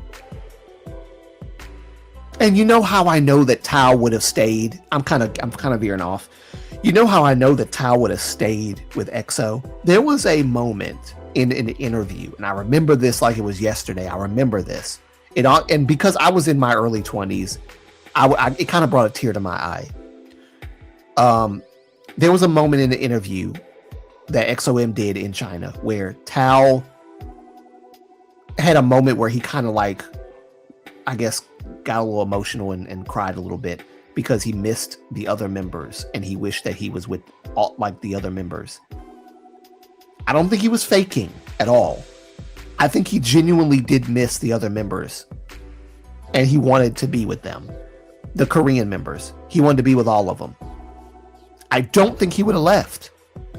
There was a dedicated, loyal idol right there that they let slip through the cracks because they could not stomach the thought of Tao resting and recovering from being sick and having like poison and damaging his feet in the way that he damaged them. So it did feel like a betrayal to Tao in that way. And so, yeah, that really pisses me off. And yes, if I haven't made it clear, Tao is probably my favorite XOM member of XOM. I loved Tao. I was hurt. When I tell you I was hurt when Tao left. And I knew it was SM's fault. I knew. You couldn't tell me different. It was SM's fault. They did this. Let's see when we read this one. I think SM was kind of scared by the rise of groups like VIX, Monster X, SVT, BTS, and then 101 debuted. That they panicked. This is my personal theory. I mean, it's actually a good theory. I didn't think about that, but yeah, BTS had came up later on alongside Monster X and you know, some of these other VIX, like you said, SVT. Yeah, that makes perfect sense. And from a business standpoint, it also makes sense because here comes competition. Here comes competition. So that makes a ton of sense now that I think about it. I hate how they forget that you usually side with the idols until there is evidence that the idols are wrong. Exactly. And do you guys remember, and I say this a lot, every time I reference this anyway, I said, let's take the girls' statements about mistreatment seriously. The first video I ever did about the Minhee-jin New Jeans thing, way back when, I said there might be some merit to what they're saying. So let's pay attention to that and let's not just brush past their claims.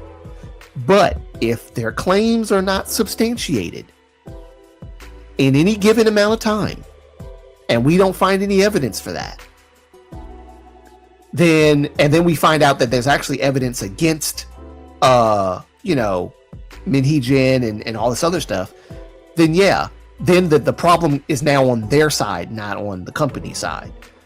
And I said this before, and people kind of got a little irritated that I said what I said. And I don't understand that, because I thought I was being very cautious and being careful, because you should be careful. Even with the tail situation, I was like, hey, listen, we don't know definitively if he did it or not. There's no evidence that's come out yet saying that he has. He's just been indicted, and indictments and charges can be dropped. So we got to be careful not to say that he did this when we don't know yet. And then people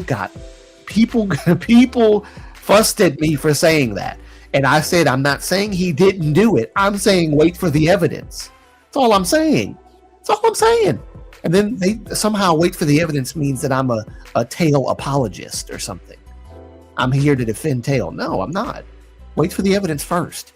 Then speak. And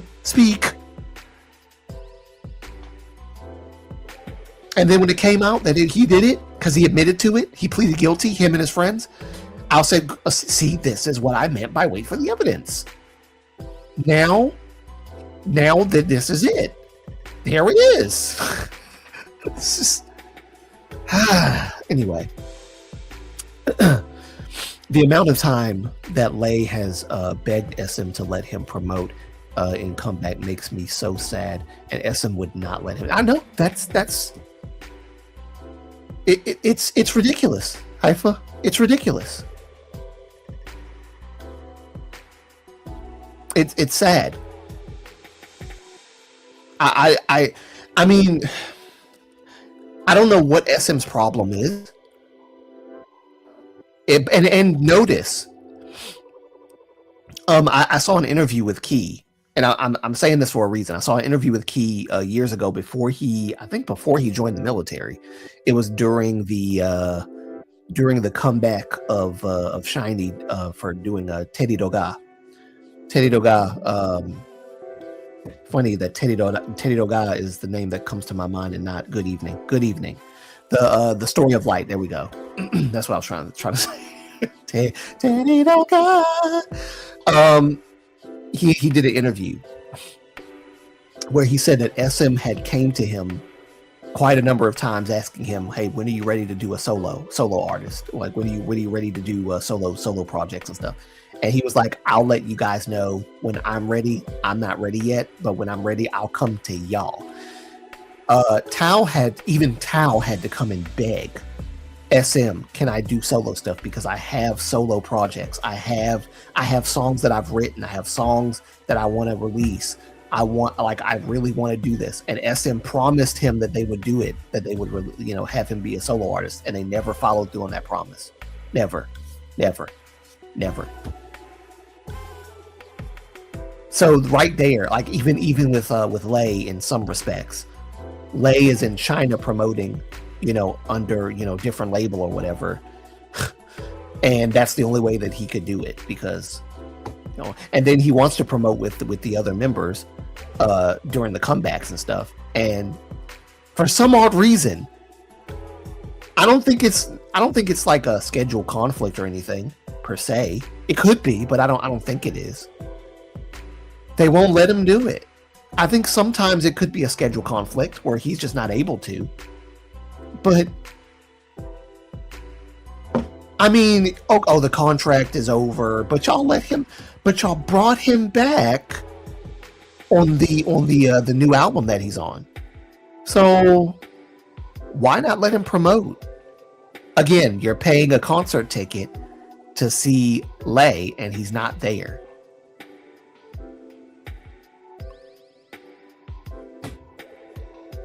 What's that about? It's already bad enough CBX aren't going to be in the concert. Lay, the person whose voice is actually in the album, is not going to be there? Like, what kind of crap is that? And then you want me to buy a light stick and all this other stuff too, and VIP seats? If I were cursing, man, I'd say F you, because I'm not paying all that money. That's a lot of money. That's a lot of money.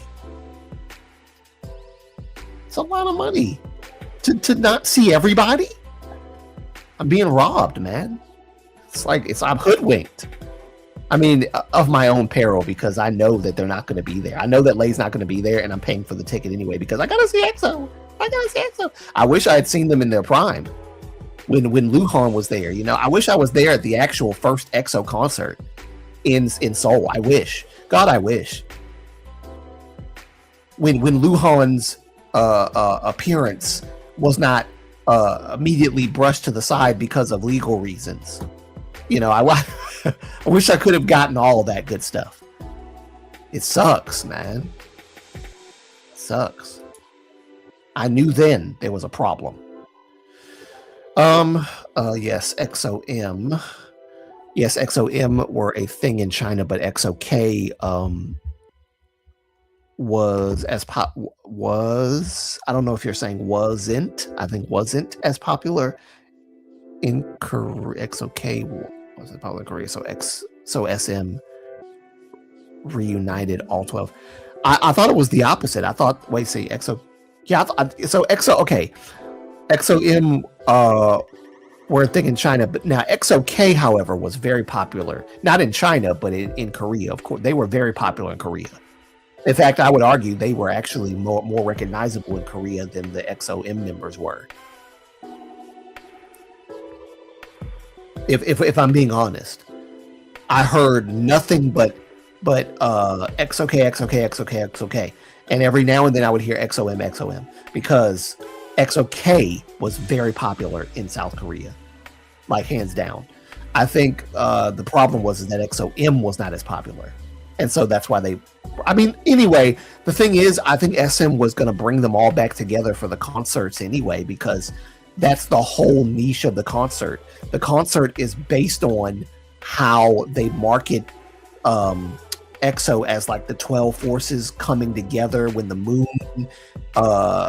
collides with the sun and it becomes an eclipse. Then the two planets become one, and that happens in Exoplanet, the concert. That's why it's called Exoplanet. Exoplanet is when the sun and the moon and all these other things align, and the two planets that are separate become one. Meaning all the 12 members, all the 12 forces or whatever come together and they have this big old EXO concert. That's what Exoplanet is. So it was always going to be like, the 12 forces coming together anyway. I don't think it was necessarily because one group is more popular than the other.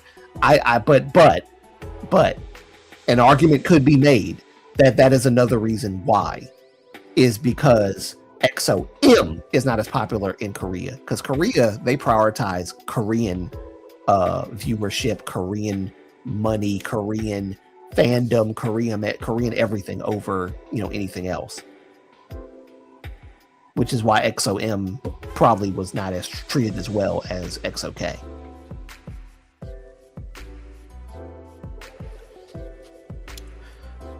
That's just my my hypothesis there. Also, back then, EXO got many of BAP fandom because BAP have some beef with their agency, and with the hiatus for 2 years.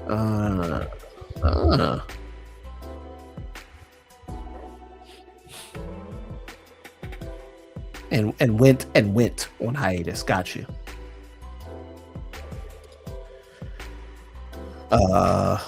Good verse. You are right. I forgot that that happened. BAP is another group that got effed up by their company and would have been huge if they weren't. Yes, that's right. You know what? I need to talk about that one day. I need to talk about that. I need to actually talk about that one day. One day. Because I think that bears some that bears a conversation. I'll just put it that way. That even BAP's company did them dirty and stunted their popularity in a way. Which I don't know if many people talk about that, but I think that's something that really needs to be talked about for real. I feel like I'm venting now. I'm supposed to have a rant video aside from the live stream, and I feel like I'm just kind of letting it. I'm not letting it all out because I'm interacting with you guys, so you guys are kind of assisting in me ranting because you guys are piggybacking it on what I'm saying, and I'm piggybacking on what you guys are saying, and we're kind of helping each other rant together. So this is not my own separate rant, but I totally this could be probably part one. This could be part one, rant part one with the audience, and then and then part two could be solo. Let's see. Remember how much of a mess their first world, I guess, world tour. Is that what it is? Remember how much of a mess their first world tour, I guess, was in 2014. Even at their peak, SM didn't care. They disregarded the safety. Saw sayings. Yes, that's right. That's right. They did. That's right. That's right.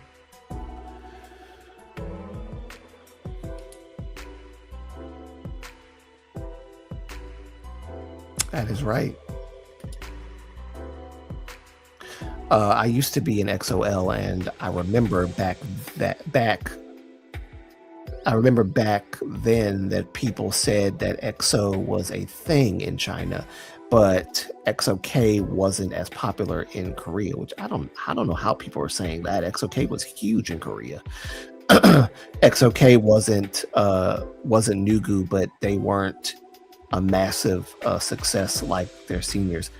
I don't know. Who said that? Whoever said that, I don't think they knew what they were talking about, because World Tour got you. That's what I thought. See, I can read between the lines. I can read between the lines. I've been doing these live streams for a little while now, so I think I can kind of get it. Yeah. I got you. I got y'all. Yeah. I don't know who said that. That is like, I don't think that's true at all. I think XOK was massively popular in Korea. There wasn't a day that went by I didn't hear about XOK.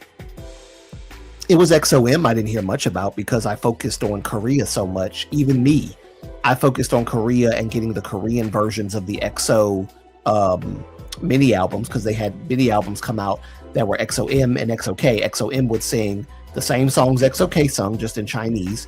And so you had the option of choosing to get XOM's version or XOK's version, or both if you're like a super EXO fan, which I really did want both, because you get something with one that you don't get with the other in terms of the vocals. Chen and Luhan, again, I think Luhan was like propped as the one of the lead vocals of XOM, but honestly, I think Lay was a better lead vocal in my opinion. Lay has a voice that Luhan does not have. I think it was mainly just Luhan's looks, but it was Lay. Lay had the voice. I love Lay's voice. Lay could sing better than Tao. He could sing better than Chris. Chris didn't do much singing anyway. He did a lot of rapping. Chris and Tao. Tao did sing a little bit, but he mainly rapped. Luhan sung, but he was nowhere near as good, in my humble opinion, as Lay. And just hands down, Schumann, of course, was a good singer, but even I think Lay is even better than Schumann in many respects as a singer. Like vocally, he just has a voice that grabs you. So when I hear his part on XOM, I love it. Anyway, I'm rambling, but I've always thought that XOK was way more popular in South Korea, because that I always heard about XOK. Just XOK, just always. I never like was in. I never saw any like. Let me see. I was more into XOM because. Sorry. Oh, I see. You were a fan of Chris Wu. Gotcha. I was more into XOM because of the one who is in jail now. Yeah. It still sucks. Like Chris Wu, man.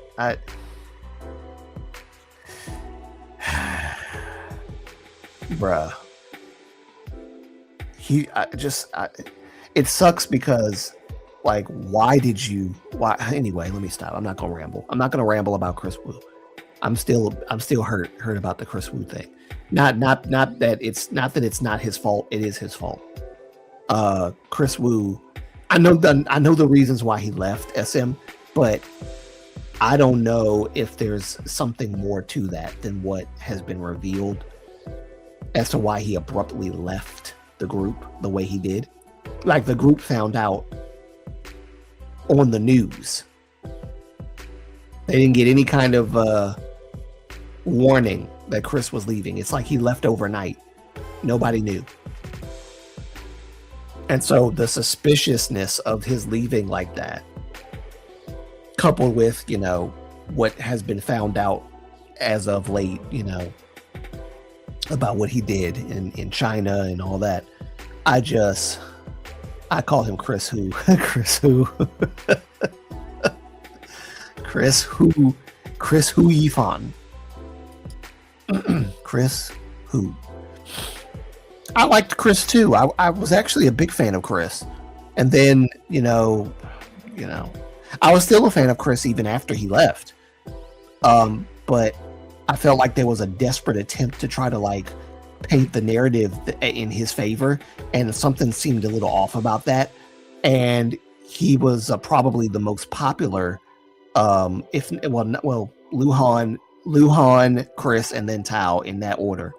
At least in my opinion, Chris might have been the most popular. He was on a movie, on a XXX movie. Oh, I gotta take these glasses off for a minute. He was on a XXX movie, and then he made that song, that MV and everything. I got the sauce or whatever. It's just sad when you are that high. That's when you need to be the most careful and the most humble and the most grateful. You should always maintain that even before you become as big as you become, to be perfectly honest with you. But anyway, I could say a lot about Chris Wu, and it won't be very nice things if I keep on going. Chris Wu, I used to be a big fan when he left. And he wasn't. He wasted his life and career with what he did. Yes, he did. He wasted it. Like again, you need to be humble, and you need to be grateful about where you are. You are in a high position. You could fall at any moment if you make a huge mistake, and it's not even a mistake. It's a conscious decision. That's even worse. Like, it's the disgusting things that you did that landed you where you are.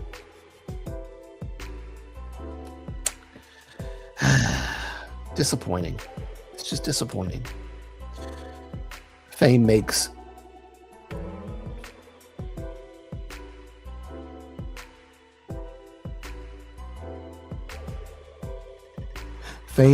one have a superiority complex. And so I was trying to figure out how to read it because I saw the wood.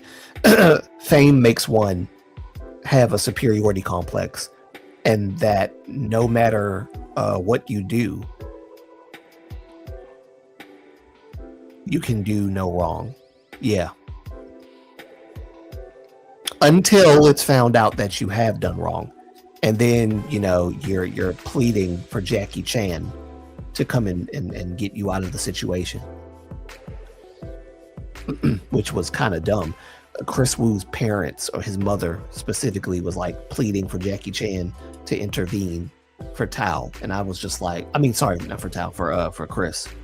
And I was like, bruh, if Jackie Chan didn't even bail his own son out of his jail or prison sentence or whatever, what makes you think he's going to bail your son out? He didn't even bail his own son out. Why? Because the law is the law. And if you do something stupid, you should pay the price. Even Jackie Chan knew that firsthand from his own son making stupid decisions and ended up going to jail.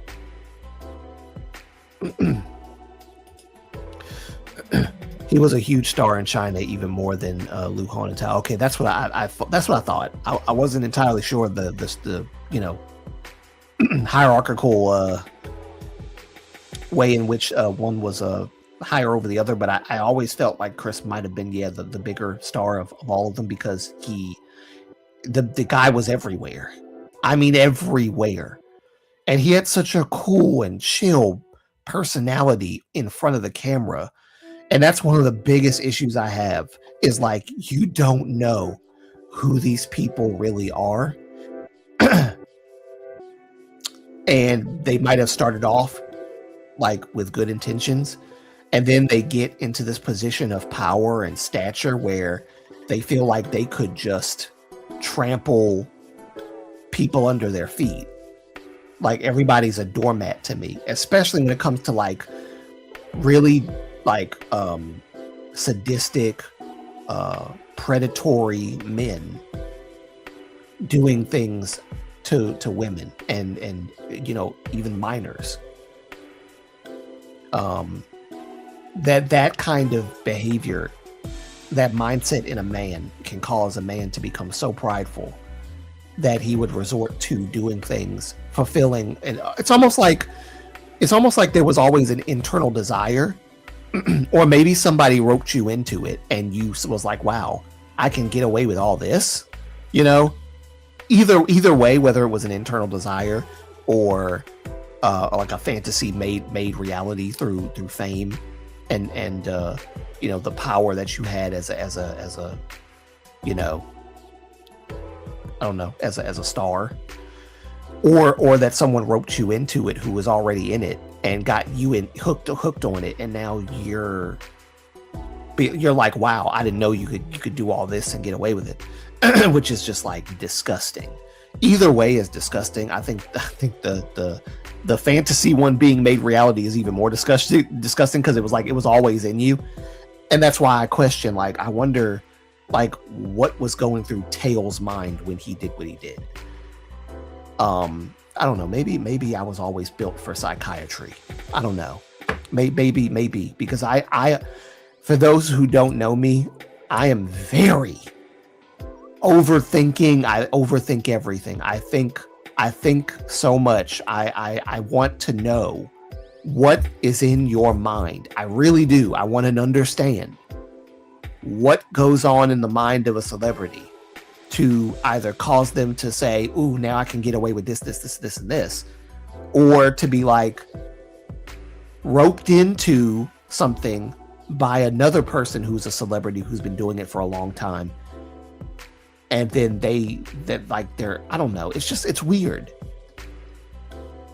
But I feel like knowing where this comes from is like a step towards possibly helping these people become better people. But at the same time, I feel like you can do all the help, like you can do all the work on a person that you want. At the end of the day, it's up to them to change. You can't make these people change. They have to be willing to change. And that's aside from your help. Something that I think a lot of people miss. You can give all these criminals all the help that you want to give them. Some of these people, they have, like, no, not some of them, all of them have to will within themselves to want to change. And if there is no desire to change, there's no amount of work you can do on these people. They will just not change.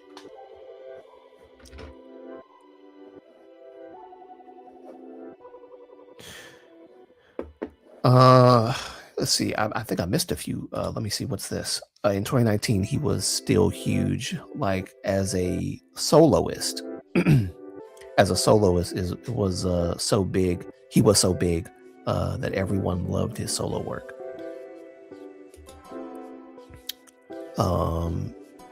He was not. He was not.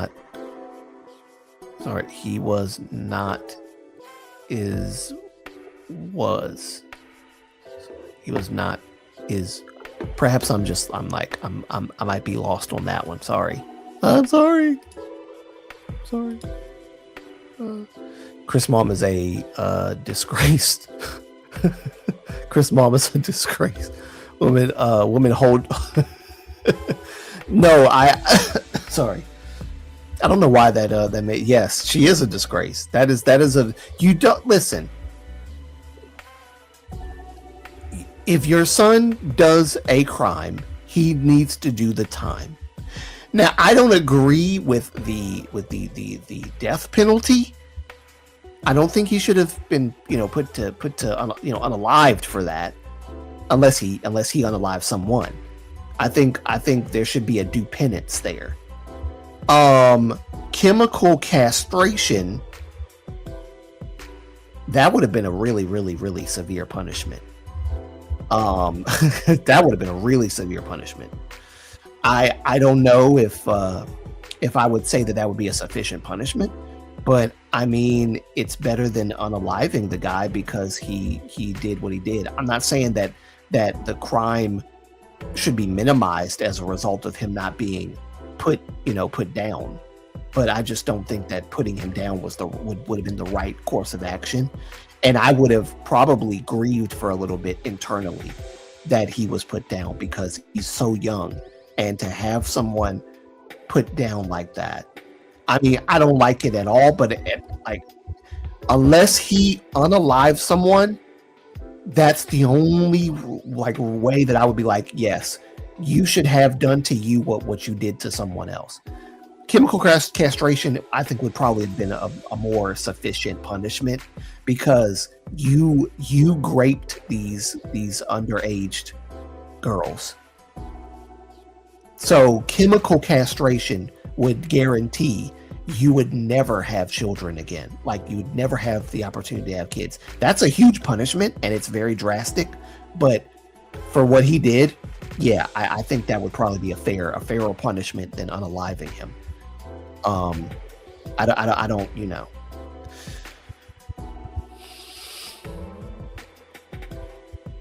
But I don't think he got chemical castration. I think they just sent him to where Canada or somewhere where he came from, and he was prosecuted there. But he's no longer allowed in China, which is just like a huge loss to him. Yes, everyone were. Yeah, everyone. Sorry, yes, everyone was shocked. Like, even Chinese, even the Chinese people said that they thought he was a person with good values. Yeah, because it's the way he presented himself on camera. He was a very cool and, like, I thought level-headed person.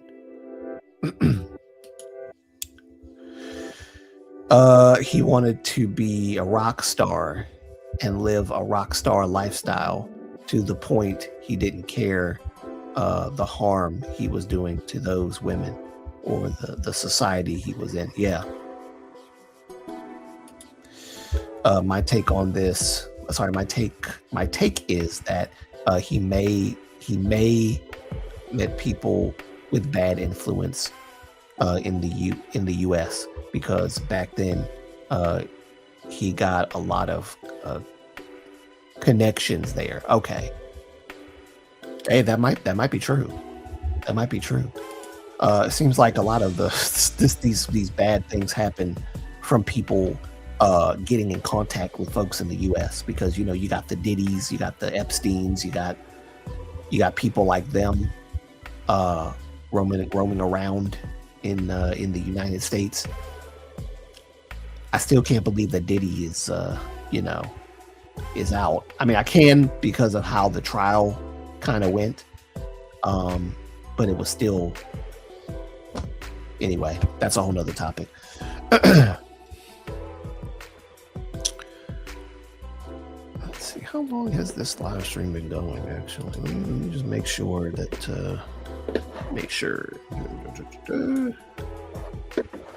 how long has this live stream been going? Yeah, that's a lie. I know it's not 45 minutes. It's been longer than that. How long has this live stream been going on? 2 hours? Oh my god. Yo, I'm not gonna lie. This looks better on my YouTube channel than it does on StreamYard. I like this. I'm sorry, I haven't looked at it since I've been on the StreamYard thing. This looks good.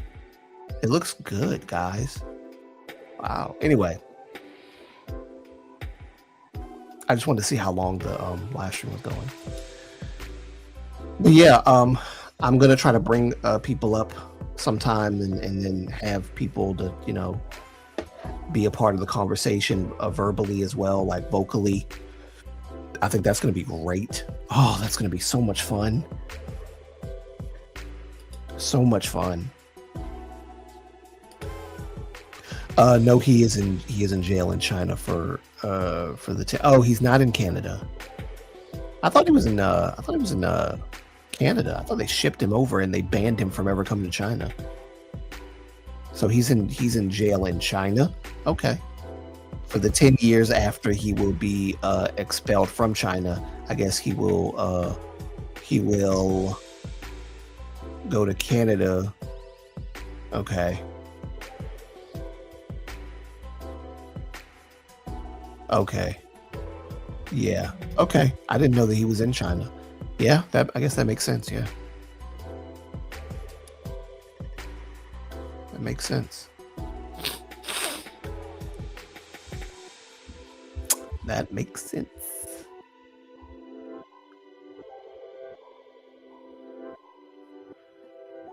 I like that this music will just play and play and play, and this is music from this is music from StreamYard, so it'll just play and play and play. And I wish I had different music. People pay buku amounts of money for a membership on StreamYard to like have different features activated.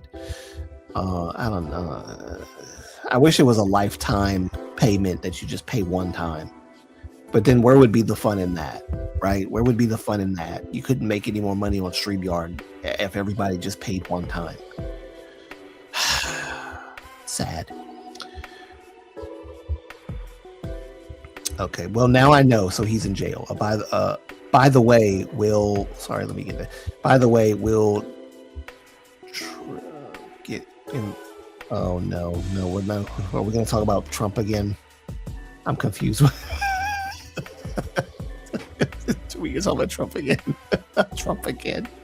Please, not Trump again. I'm gonna have to like. Okay. I don't know. He's not gonna get impeached. He's not gonna get impeached. Yeah, he's not gonna get impeached. He's not gonna get impeached. Yeah. There's no. Yeah. There's just to clear it up. Simply put, he's not gonna get impeached. No. No. No.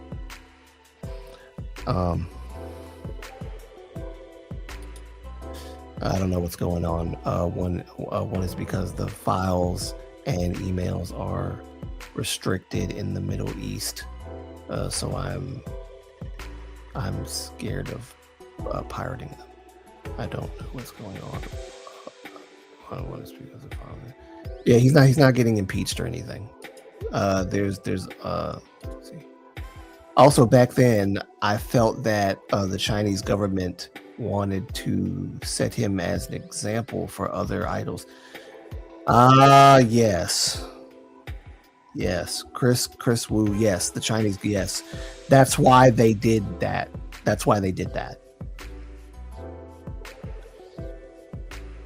Yeah. Actually, it was around that time where China started cracking down on, men looking a certain type of way. They tried to ban like the gay, or how did we say, BL dramas and stuff from China. I don't know if they even successfully banned BL dramas from China, because I feel like China's still doing them. I feel like China's still doing BL dramas, aren't they?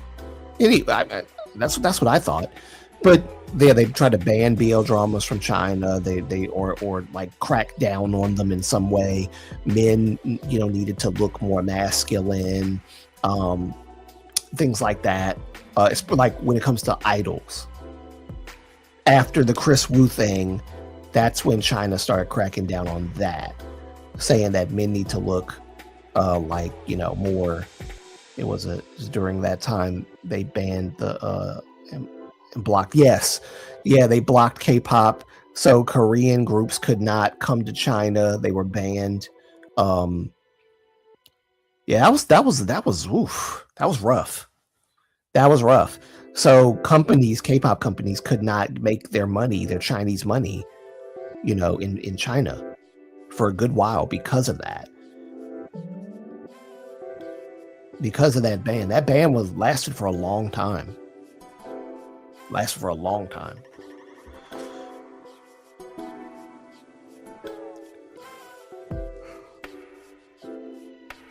That was an interesting time in K-pop. I will say, Chris Wu's situation opened up a whole like panic among the government, I think, because they banned. So yeah, I think he opened up a whole. I think he opened up a whole panic among the government because, and I say that because it was the government that was like, okay, after Chris Wu's situation, like we're gonna crack down on all of these BL dramas and all of these this like the gay stuff and LGBTQ stuff and all that. China was like, we're not having that. So it was bad. It was bad. Like you can't stop a gay person from being gay. Like what are you gonna do? What are you gonna do? Will you talk about what happened between Korea and Southeast Asia? Will you talk about what happened between Korean and Southeast Asian? Fill me in, because I'm not like could you be like more specific as to what happened? Because I actually don't know what happened with Korea and Southeast Asia. What happened? Because I haven't heard anything about anything particular happening. But like fill me in so I can because I might could look it up or whatever, and maybe this would be an opportunity to do like a screen share. And then after this, I think I will actually get off because we've been live for a while, and I don't want to go too far over. But yeah, fill me in so that I can see what's going on there with Korea, because I've never heard about this. And then I'll look it up as you tell me. No one said anything about a conflict or whatever between Korea and Southeast Asia. I'm very curious as to why that's a thing. Just give me 1 second here. Yes, I did not know that was happening. Conflict.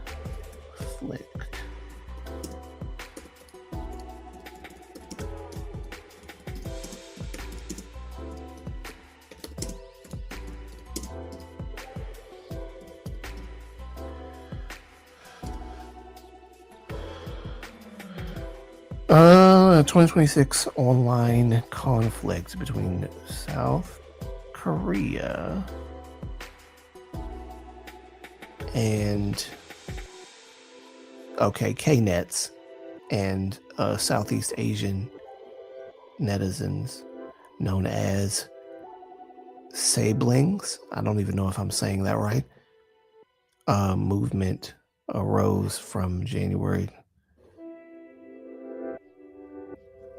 Day 6 concert in Malaysia. Is that what you're talking about?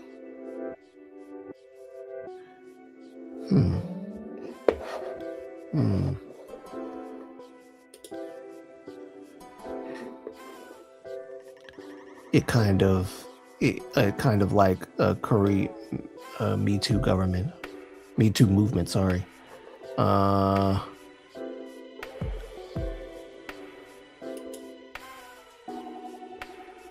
His case was also why we're seeing more people speaking out of idols.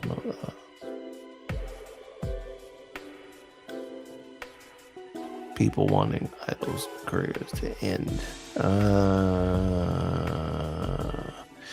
Yeah, there's pros and cons to that, and I wish that there was more, like, because there's no vetting with some of these stories.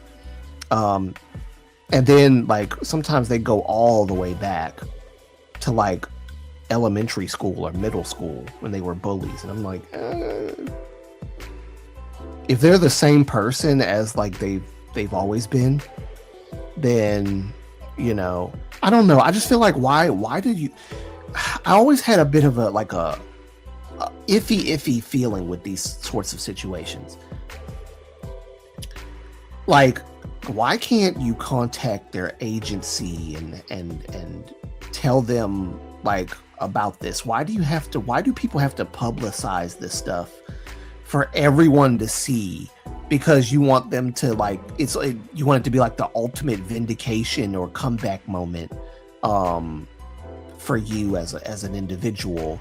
I don't want to downplay what might have been done to some of these people, but I don't know. I just feel like it could be handled differently than just going public and just saying all this stuff out loud in front of everybody and having all the news articles pick it up and, damage their career. This is what I wanted. You should have a damaged career. No, like, I feel like some of the intentionality behind exposing some of these people is kind of off.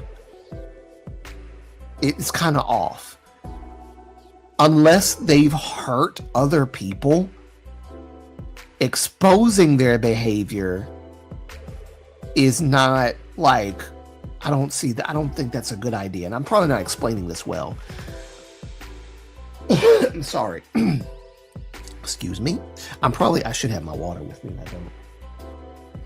I don't think my water is even up here. I don't think that's a good way to do things. I think you should contact the agency of the person who you like. If you want an apology, or if you want to meet with them face to face and talk to them and like see if they're, because you can tell if a person is still the same person they've always been if you meet them face to face and like how they act and how they speak and how you can tell. But that's why sometimes I feel like some of these people that claim that something bad has happened to them are operating in bad faith when they are trying to like expose past behavior from like the middle school days or high school days. And I don't know. I just feel like some of it is bad faith. And I feel like some of it is bad faith. And it might not be, but I don't know. Something about it seems off to me that you would do this. If you really want to like an apology or some kind of like compensation for what has happened, handle it privately. The whole exposure thing, it only makes sense to expose them if they've been doing it presently to other people, and those people are silent because they've been blackmailed or coerced in some way into not speaking up about it. If they're scared because they've been threatened to not speak up about like current abuse that's happening with these other victims, current victims. And I'm not saying that there should be a statute of limitations from a period of time where it's like, okay, why are you bringing this up 30 years later when it happened 30 years ago? But at the same time, again, there can be problems with that, because even with the Vic Mignogna situation, what once was an innocent hug and a kiss on the cheek is now, oh my God, he sexually assaulted me. 10 years after that encounter, you wake up and say, oh, it was sexual assault, when last I checked, when y'all took that picture of you hugging that voice actor who you love, Vic Mignogna, and he gave you the kiss or whatever, you were happy, you were smiling in that picture. Are you saying that the smile was fake, or are you saying that you didn't realize that what he was doing was sexual assault?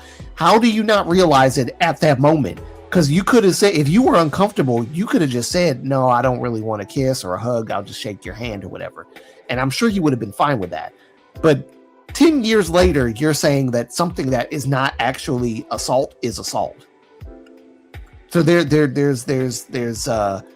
you see what I mean?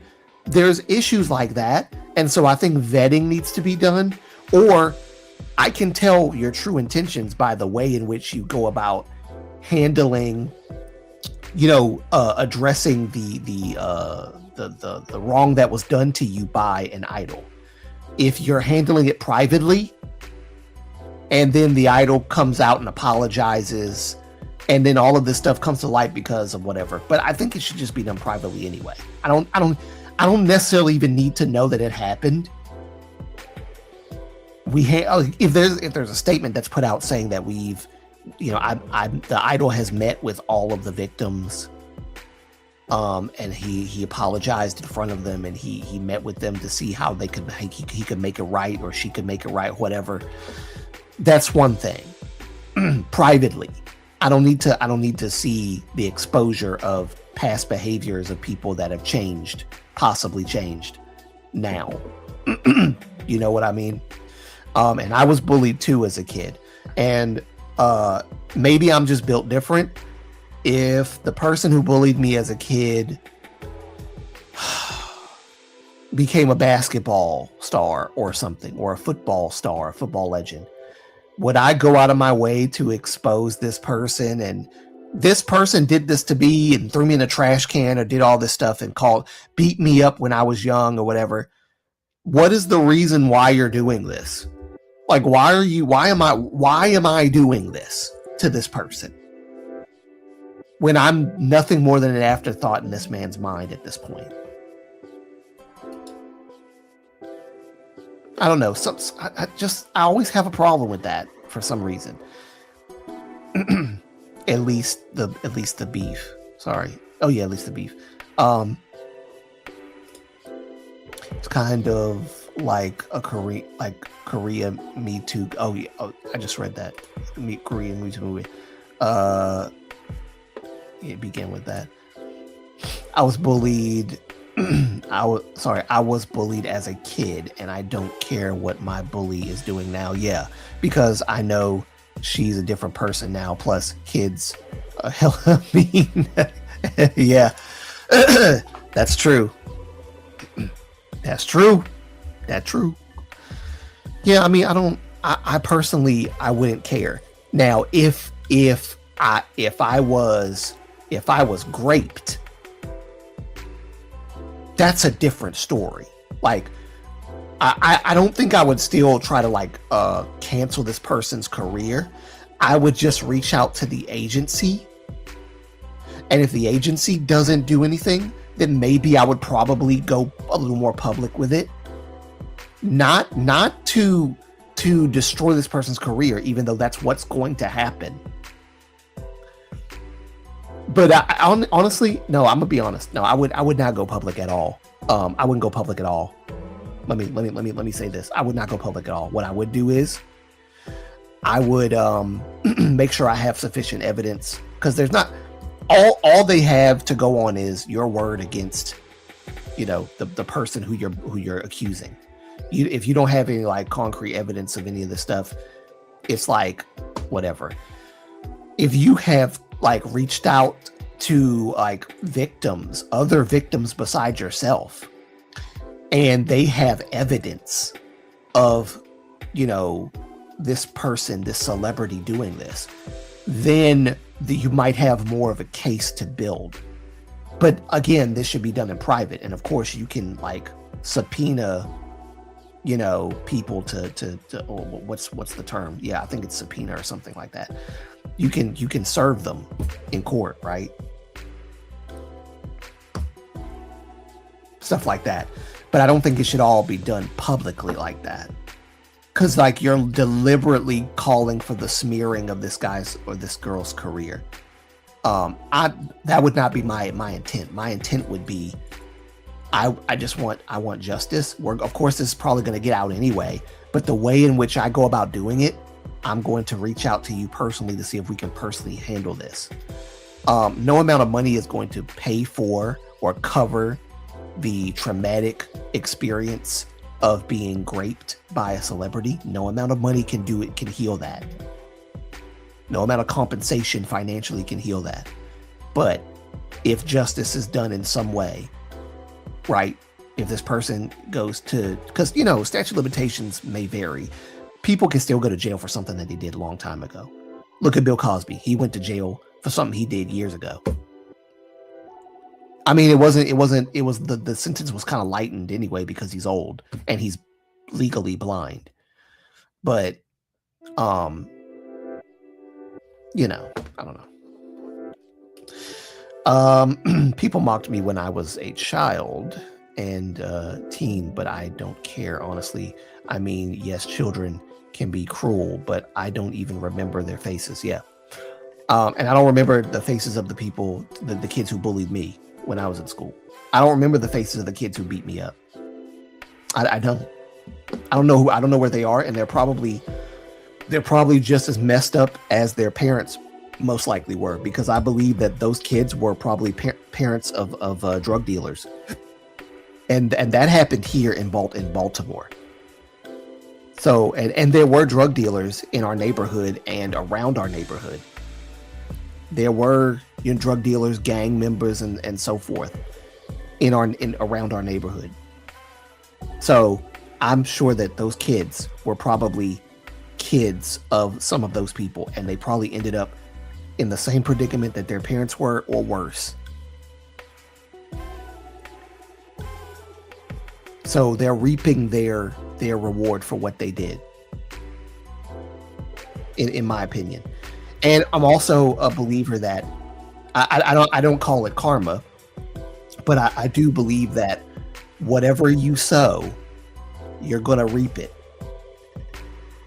If you sow, seeds of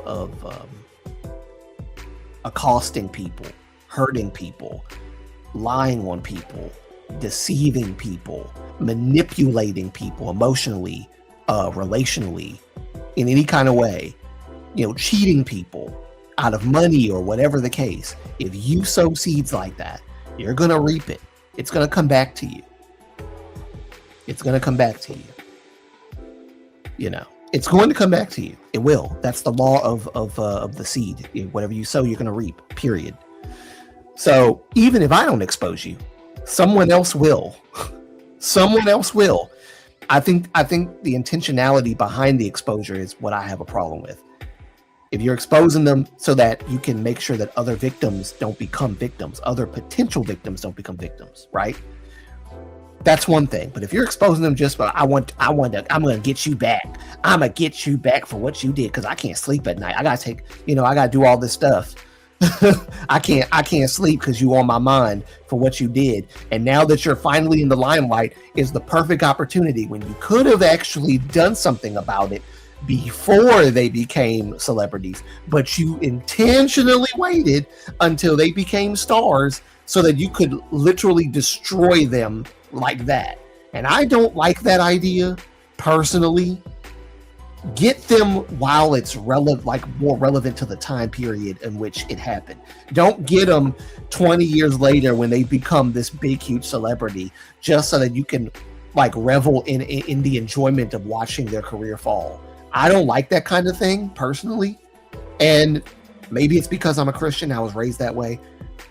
We are taught not to rejoice in our enemies falling like that. You just don't do it because it could happen to you. Don't rejoice in your enemies falling, and don't set up stuff to where you intentionally are going to plan and plot to have them fall at the height of their power. Tackle the issue right then and there and get them, arrested or something, a police report filed and all that. Don't sit there and wait till this man did this to me and this woman did this to me and all. Why are you waiting now? And like I said, it's a nuanced topic because there's some people have reasons as to why they waited, because they're too scared to come forward and things like that. And I'm not talking about that. I'm not talking about that stuff. But I'm talking about like you purposely, intentionally waited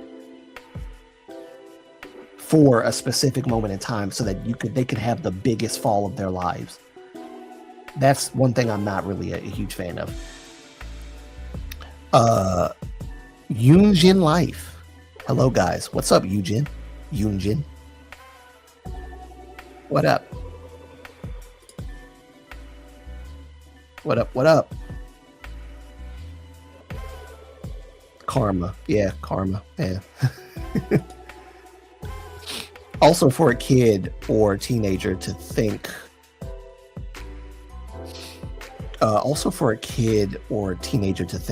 that rapping someone is okay. They themselves had that happen to them or experienced something like it, so they need help. Not to debut as an idol.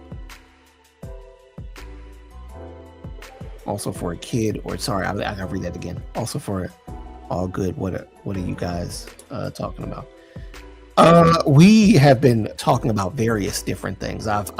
We talked about for a minute. We talked about my disappointment in EXO's comeback. I talked about some of the pitfalls of EXO's career because of SM. I talked about the CBX, some of the CBX nonsense that's been going on regarding SM, in my humble opinion, lying about the conflict within the EXO group. And I believe it's a lie because CBX legal team had said that CBX wanted to come back and do the comebacks and stuff with the members, which why would they want to come back to a group that doesn't like them anymore if what SM said is true? So I think SM's lying. We talked about a lot of stuff. We covered a lot of stuff. I mean, a lot of stuff. I think I've talked so much that I don't even remember half the stuff I was even saying.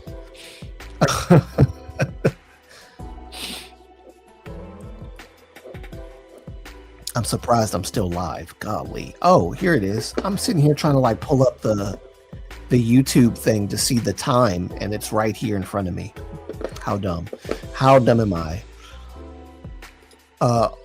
Also for a kid or teenager to think that rapping someone Oh,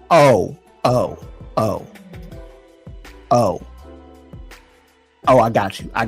I'm sorry. I get it now. Sorry. Graping. Got you. I was like rapping someone. Someone rap somebody in okay, got you. 3 hour live. It's almost 3 hour live. Yeah, I know. I done did it again, y'all. I done did it again. It's almost a 3 hour live. Didn't mean to do that, but it is what it is. It is what it is. Okay, now I think I see what you're saying now, Haifa. Sorry. I know why you I think I know why you said it this way. Gotcha. Also for a kid or teenager to think that graping someone is okay. They themselves had that happen to them or experienced something like it, so they need help not to debut as. Yes, I agree. I don't mind. You know what, Ninguk? I don't mind either. I definitely don't mind. Not right now. I'm actually enjoying the conversation. I didn't know that we would. Honestly, I was going to end the live stream in 20 minutes if nobody showed up. I was going to end it anyway and be like, you know what? I'm satisfied with just what happened, what we did. But I thought I'd try this whole thing out with the Prism Live, connecting it to this live, and it did bring you guys over. So I think my hypothesis was correct.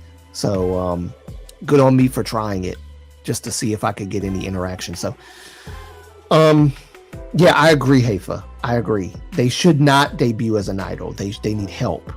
And yeah, sometimes a lot of it is because it happened to them. So, well, sometimes it's because it happened to them and they did not get help, and instead they ended up executing the same lack of discretion on someone else. That's how cycles repeat, is when you don't get help and you do the very thing that was done to you. So yeah.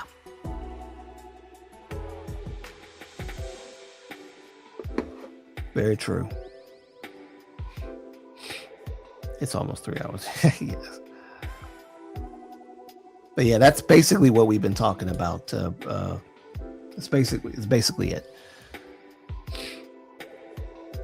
Mainly I was focusing on the EXO stuff because I'm very disappointed. I followed EXO since 2012 and I'm just very disappointed in what has happened with EXO so far. Yeah. I'm not happy at all. Yeah. I am back. I am back. I didn't know you left, Tifa. Welcome back. Welcome back.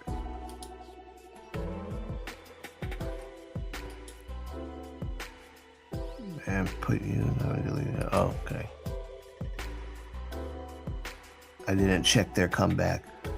Yeah, I mean it. There. Oh, you talking about EXO's comeback? Like I said, the songs are okay, but I'm just not happy with how the drama surrounding the comeback. The drama has taken away from the actual comeback itself. Some people are trying so hard to be like optimistic about the comeback and like, yes, this is like K-pop is back, baby. And I'm just like, only 5 members. They technically 6, but not really. It's still 5. Only 5 members came back. I had to get dinner since it's Ramadan. Oh, gotcha. Oh, by the way, happy Ramadan to everybody who's celebrating Ramadan. Happy Ramadan to you.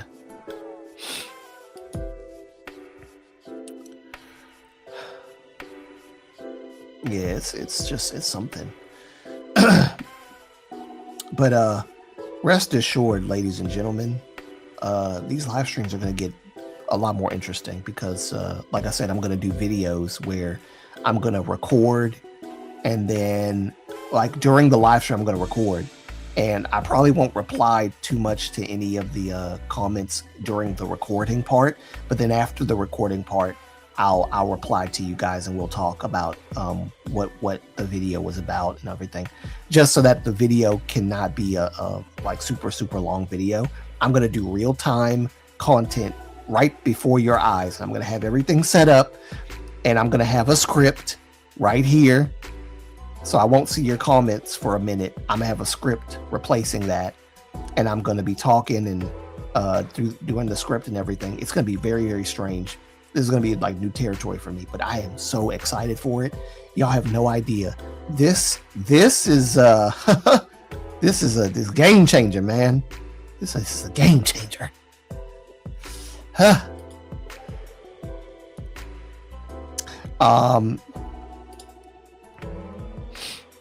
Well, it's been time that I'm not into.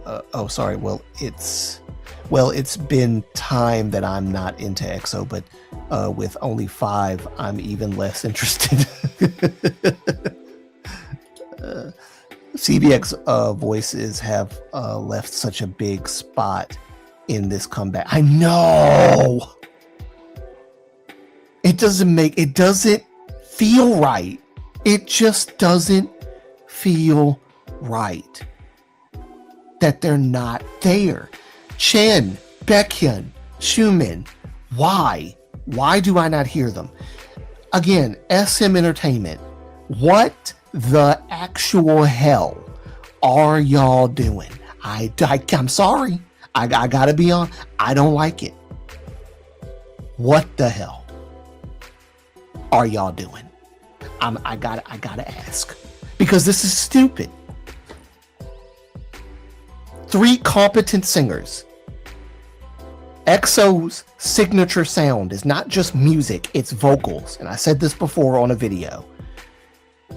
You cannot just throw a nice little song together, have half of the group sing it and go, there's the comeback. Give me your money, there's the comeback. Hey, EXO came back. You can give me your money now. No. That's scummy. That's nasty of you. That I'm paying for half of what I would be getting out of it if all the members were there. No, you're not getting my money. Sorry.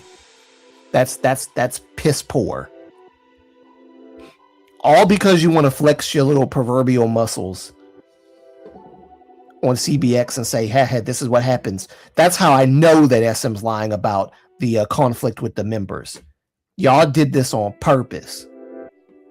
EXO did not say we can't work with them. Y'all lied on EXO. Y'all lied on EXO conflict with the members. In fact, I can tell it's a lie because you weren't specific about what conflict it was and what stemmed from it. I mean, you're trying to elaborate or trying to make it seem as if, imply that rather, it's because of the 10% royalty fees, which is how funny is that it's SM not getting a certain amount of money.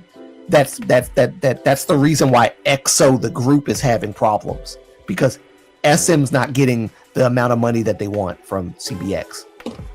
So it sounds more like an SM problem than an EXO problem. I don't know. Like I said, I think deeply about these things, and when something does not sound right to me, maybe I'm missing something. But when something don't sound right, I have to say something. So I don't know.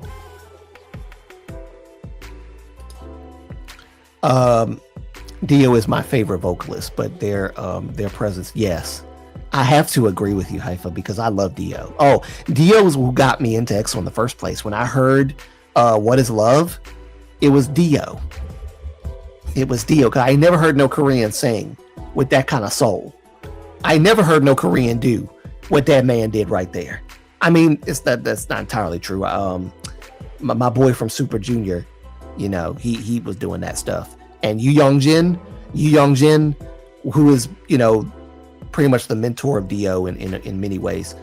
But Dio, I've never, like, in my time, you know, 2012, I was in my early 20s. I never heard no Korean sing like that. Almost made me speak in tongues. He took me to church, man. Yes. Dio's the guy. He's the guy. They call him Dominic.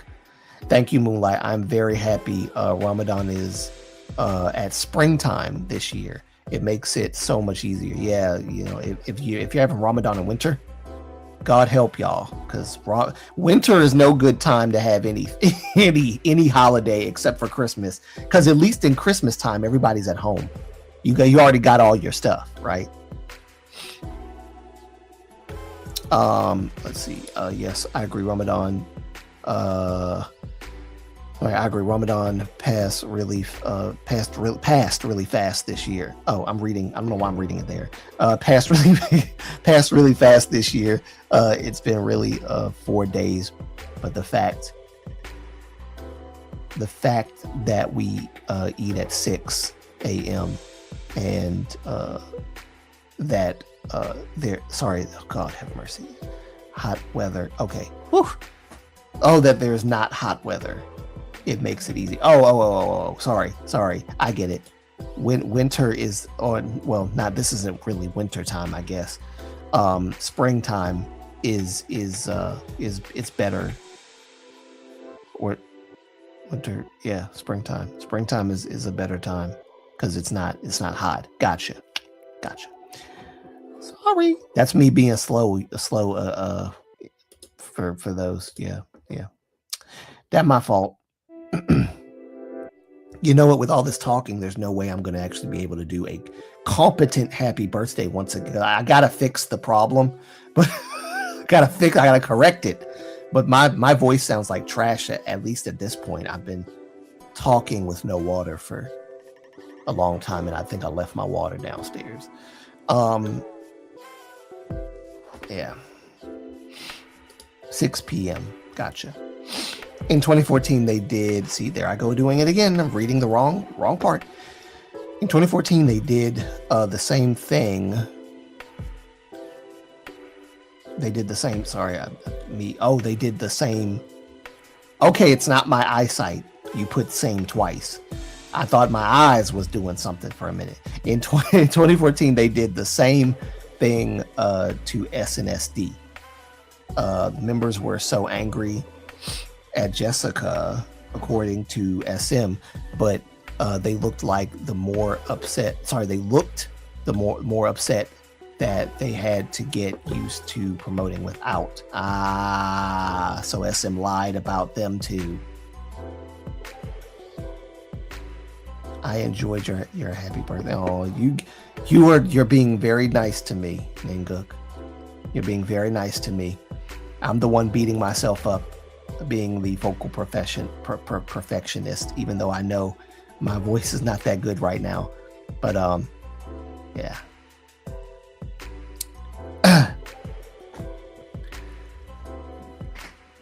I should have practiced my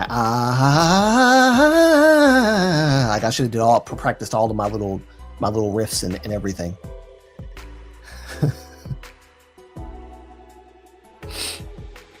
Speaking of that, since my mic and everything is like working and everything, I might actually be able to do cover songs these days. I only did one. No, I did two. Technically it was one though, and it wasn't even like a whole cover song. It was like one little piece of Bruno Mars. Yeah.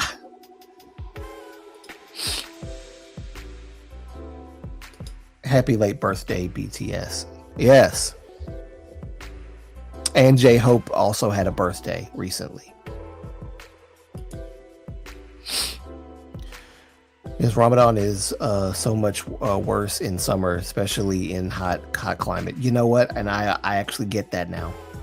I get why you guys said that. And apparently I didn't get it at first. And then when I read, I think one of you guys' comments again, I said, oh, okay.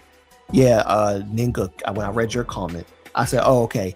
The problem is not that it is winter. The problem that it's not summer. Right. Gotcha. Yes, even Sohyun cried in the concert when fans were shouting Jessica. And of course, we all know the more recent. Well, the most recent is the CBX thing. Sorry. Give me a sec. I gotta mute my mic. I gotta.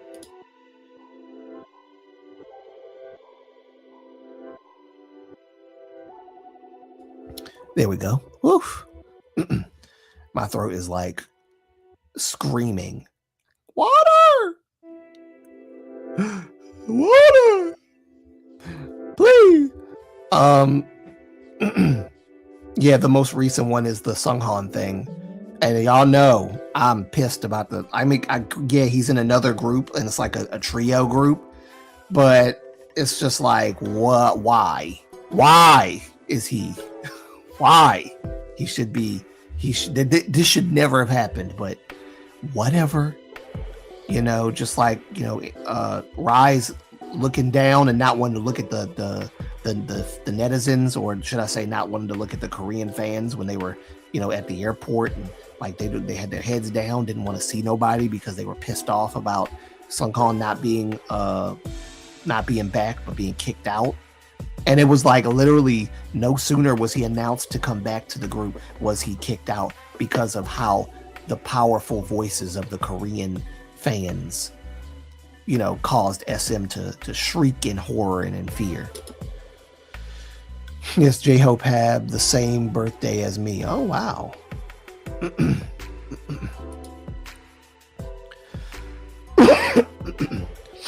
Sorry, I'm repeating my words or eating them. My dyslexia is always acting up. Yeah, same. Happy late birthday to you too. I wasn't there for that, so sorry. No problem, Haifa, no problem.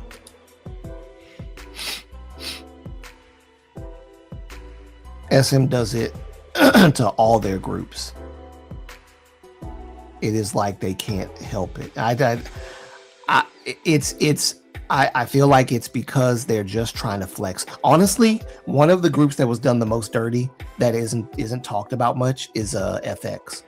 FX was done the most dirty, in my opinion.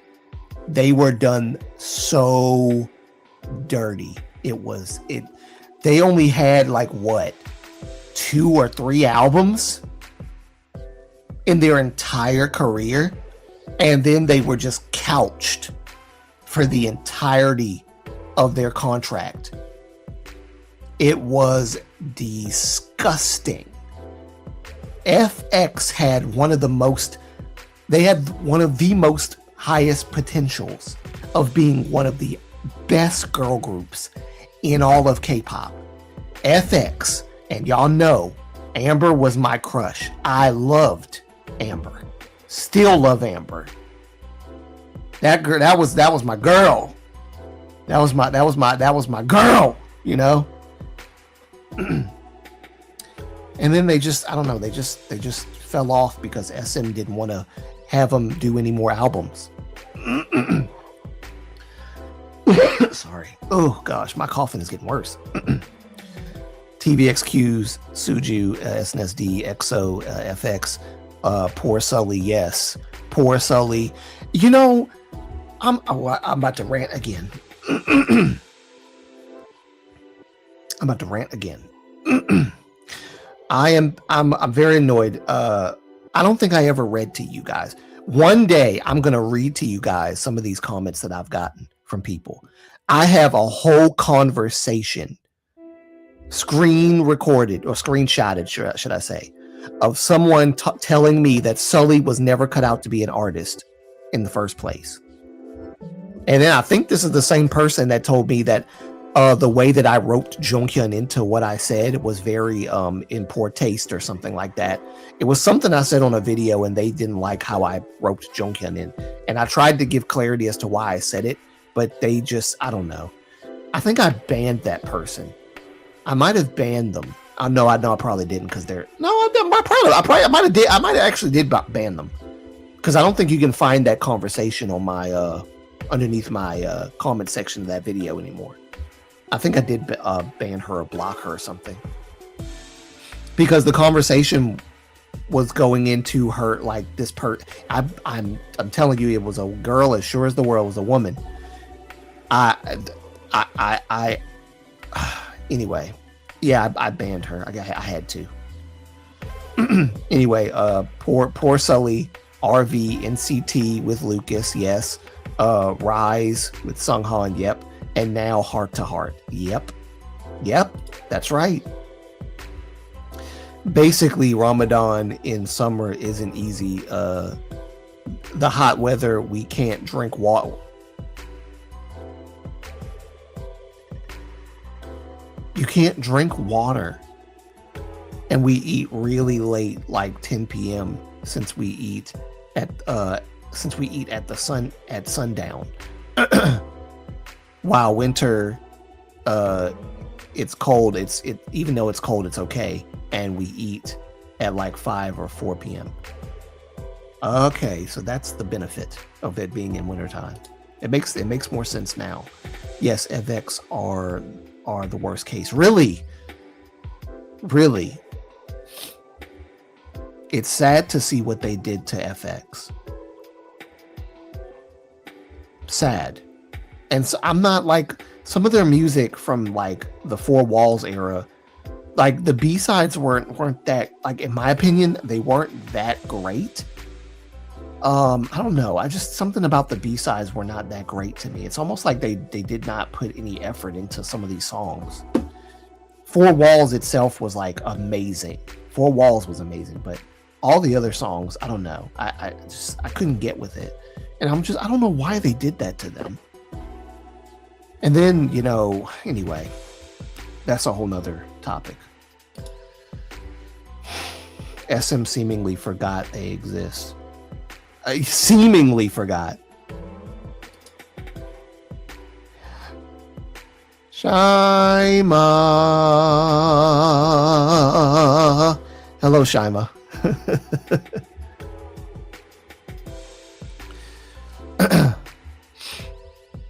Welcome. I'm doing great.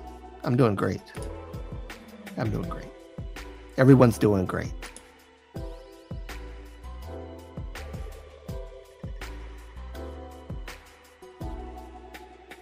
Shima. Yeah, Shima. Shima. Dude, this is how I know my voice sucks today. So maybe I should have waited until the next live to do happy birthday. In fact, maybe I should have connected all of the stuff so that people could show up early. That way I wouldn't have spent all this time talking to myself for like, I don't know, 30 to 45 minutes or so. And then I would have had a voice, maybe, possibly.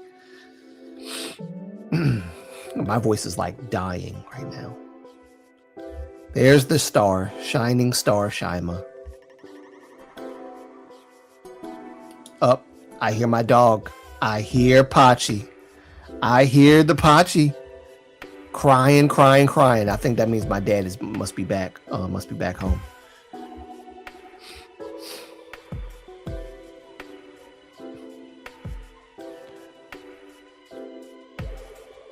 I'm good. It's a Shima.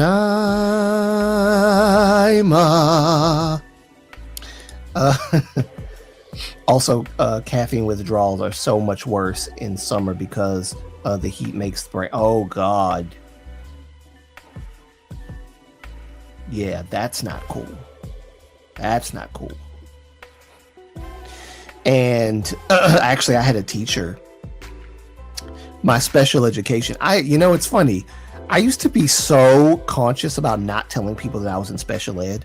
Nowadays, I could care less. I am not ashamed to say that I was in special education.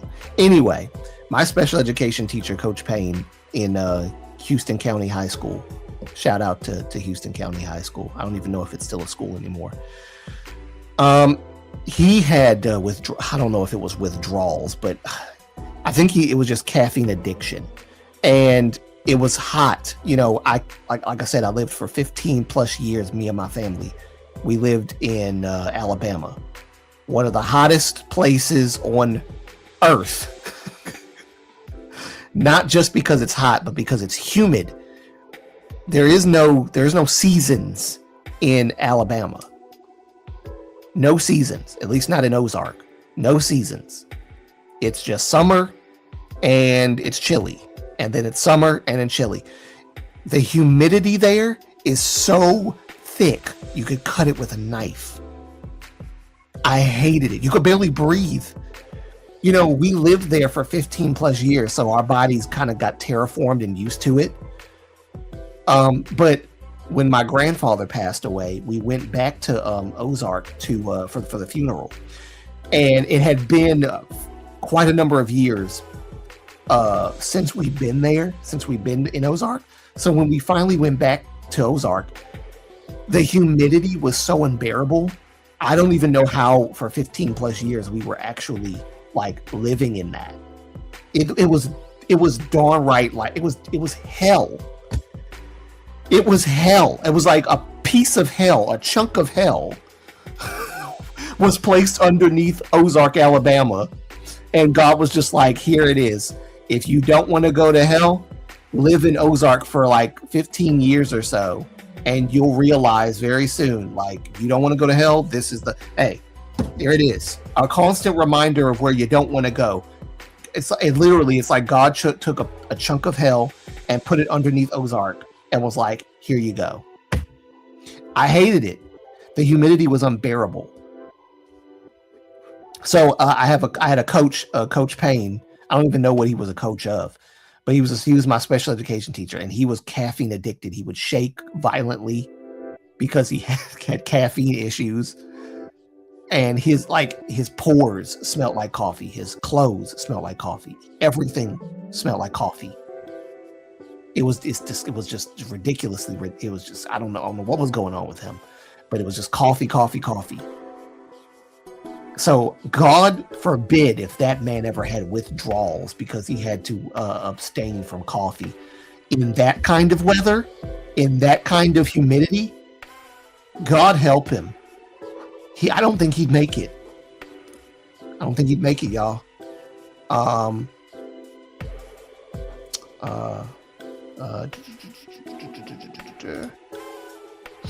Yes, during Ramadan, you can neither eat nor drink. God have mercy. I do fasts and stuff because I'm a Christian, so I fast sometimes.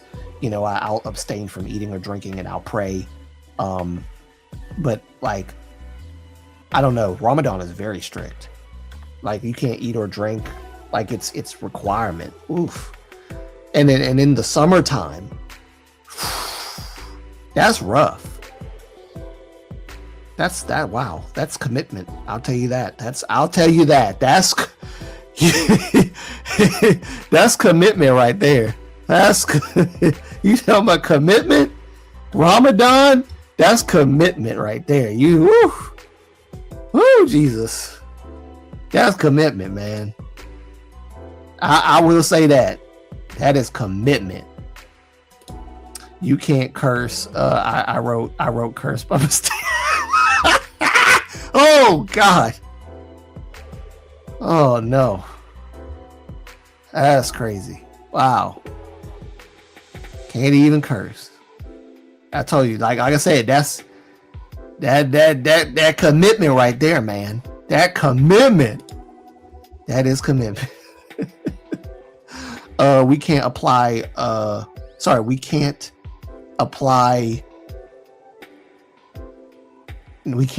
neither what the nourish skin. Oh, you can't apply skincare, oil, perfume, and what? Oh my, yeah, complete submission. That's complete submission right there. So it's a casting away of all earthly desires, basically. All earthly desires and even needs, the necessity for a period of time. If you brush your teeth, you can't let it touch the back of your throat. What? Oh God.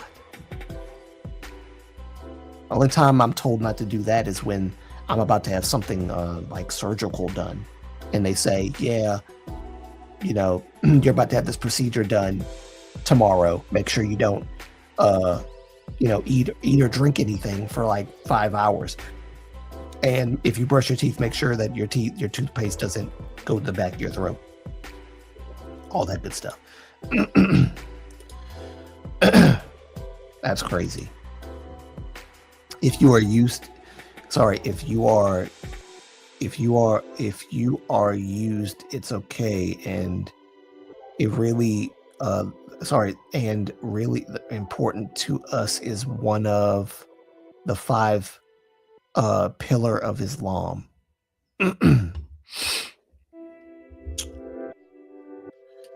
Interesting. It's about understanding how the poor live and be understanding of others around you. It's about patience and giving to others. Interesting.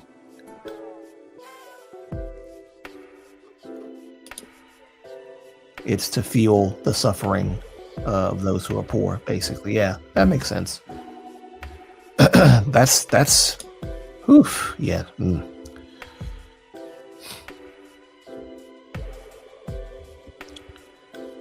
Yeah, that's wow. You can't even listen to music. What the? You can't listen to music? Oh, yeah, you're giving up all manner of desires. You can't even listen to music. Yeah, that's rough. That's rough. Dag, it's really 3 hours already. Oh, come on, man. Really? Well, I told myself I would never do a 6-hour stream again. So I'm going to hold to that promise. I will never do a 6 to 8 hour stream. I think the longest I ever did was 8 hours, if I'm not mistaken. I did an 8-hour stream where I just sat here and talked for 8 hours. I think that's what it was. Everybody was dogging me out on that 8-hour thing. Like, 8 hours, Moonlight? Really? 8 hours? Are you okay? No, clearly I'm not if I'm doing this for 8 hours. Jesus. Yeah, okay. Maybe, okay, wait, well, basically, even outside Ramadan, we Can't listen to music, but personally I do. Gotcha. All right, guys. I think it's time to sign off. Actually, it's overdue time to sign off. And I'm going to let my dog in because he's like, I would let y'all see him for a little bit, but my room is just like, and I really, the next live stream I do will probably be an art live stream because I am drawing again, and I do want to, oh God, I'm supposed to make my art channel. Well, anyway, I'm gonna do that later because I actually haven't done that yet. I don't even know what I'm gonna call it, but yeah. Next live stream will be an art live stream, and then the one after that will be a content one because I need time to prep. And it's gonna be, I'm gonna be very busy with content because I need time to prep for a live,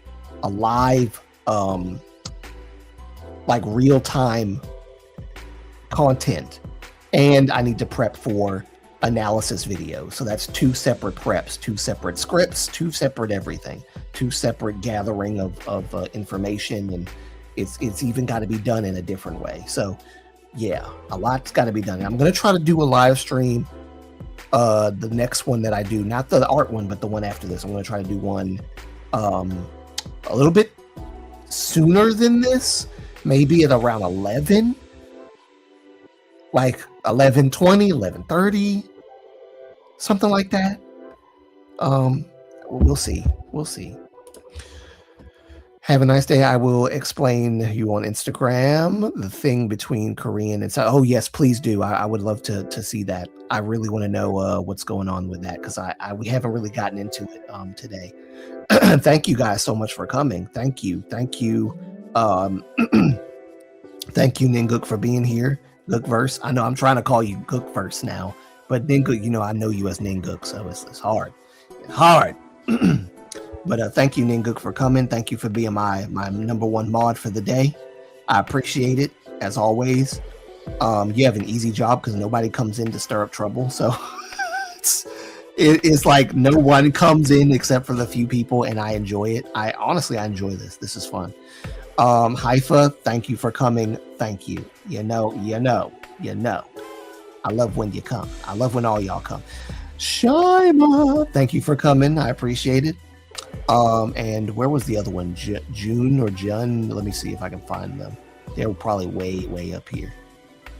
God, we talked for so long, I can't find the person. Where are you? Oh, by the way, guys, I'm gonna try to make an opening and ending for my live streams. There's a thing on here where you can do intro and outro, right? And so I'm gonna, oh, never mind, that comes with a plan, doesn't it? Okay, never mind, I can't do that. I can't do that unless I have a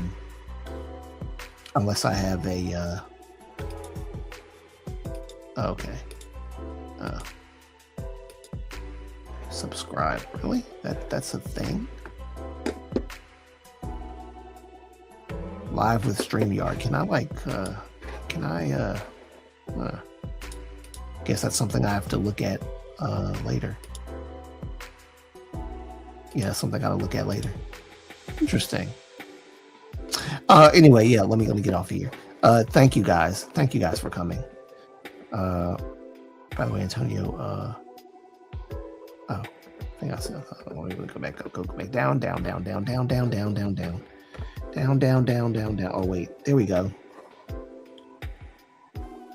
Yunjin Life, thank you. Yunjin Life, thank you for coming. Thank you, Ninguk. Thank you for that, because I would have been scrolling forever trying to find that. Yunjin Life, thank you for coming as well. I appreciate you guys so much. I'm gonna get off of here and get me some lunch or something. See if I need to feed my dog. Pachi Poo, it's been a while since you guys have seen Pachi Poo. In fact, my YouTube short of Pachi playing in the snow got blocked, so I have to re-upload it with probably different background music or something. So I'll do that. And I have my YouTube shorts of the ONU stuff coming out as well.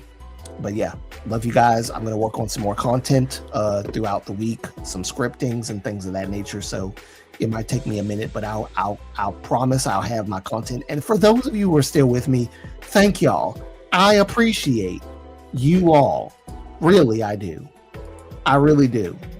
You know, people may come and go, but the ones that are like the real ones that subscribed and y'all are like, hey, we locked in. I appreciate y'all, because without y'all, this would be pointless. So thank you. And with that, I will take my leave. Goodbye, everybody. I'll see you in the next one. All right. Peace. Love y'all. Bye-bye.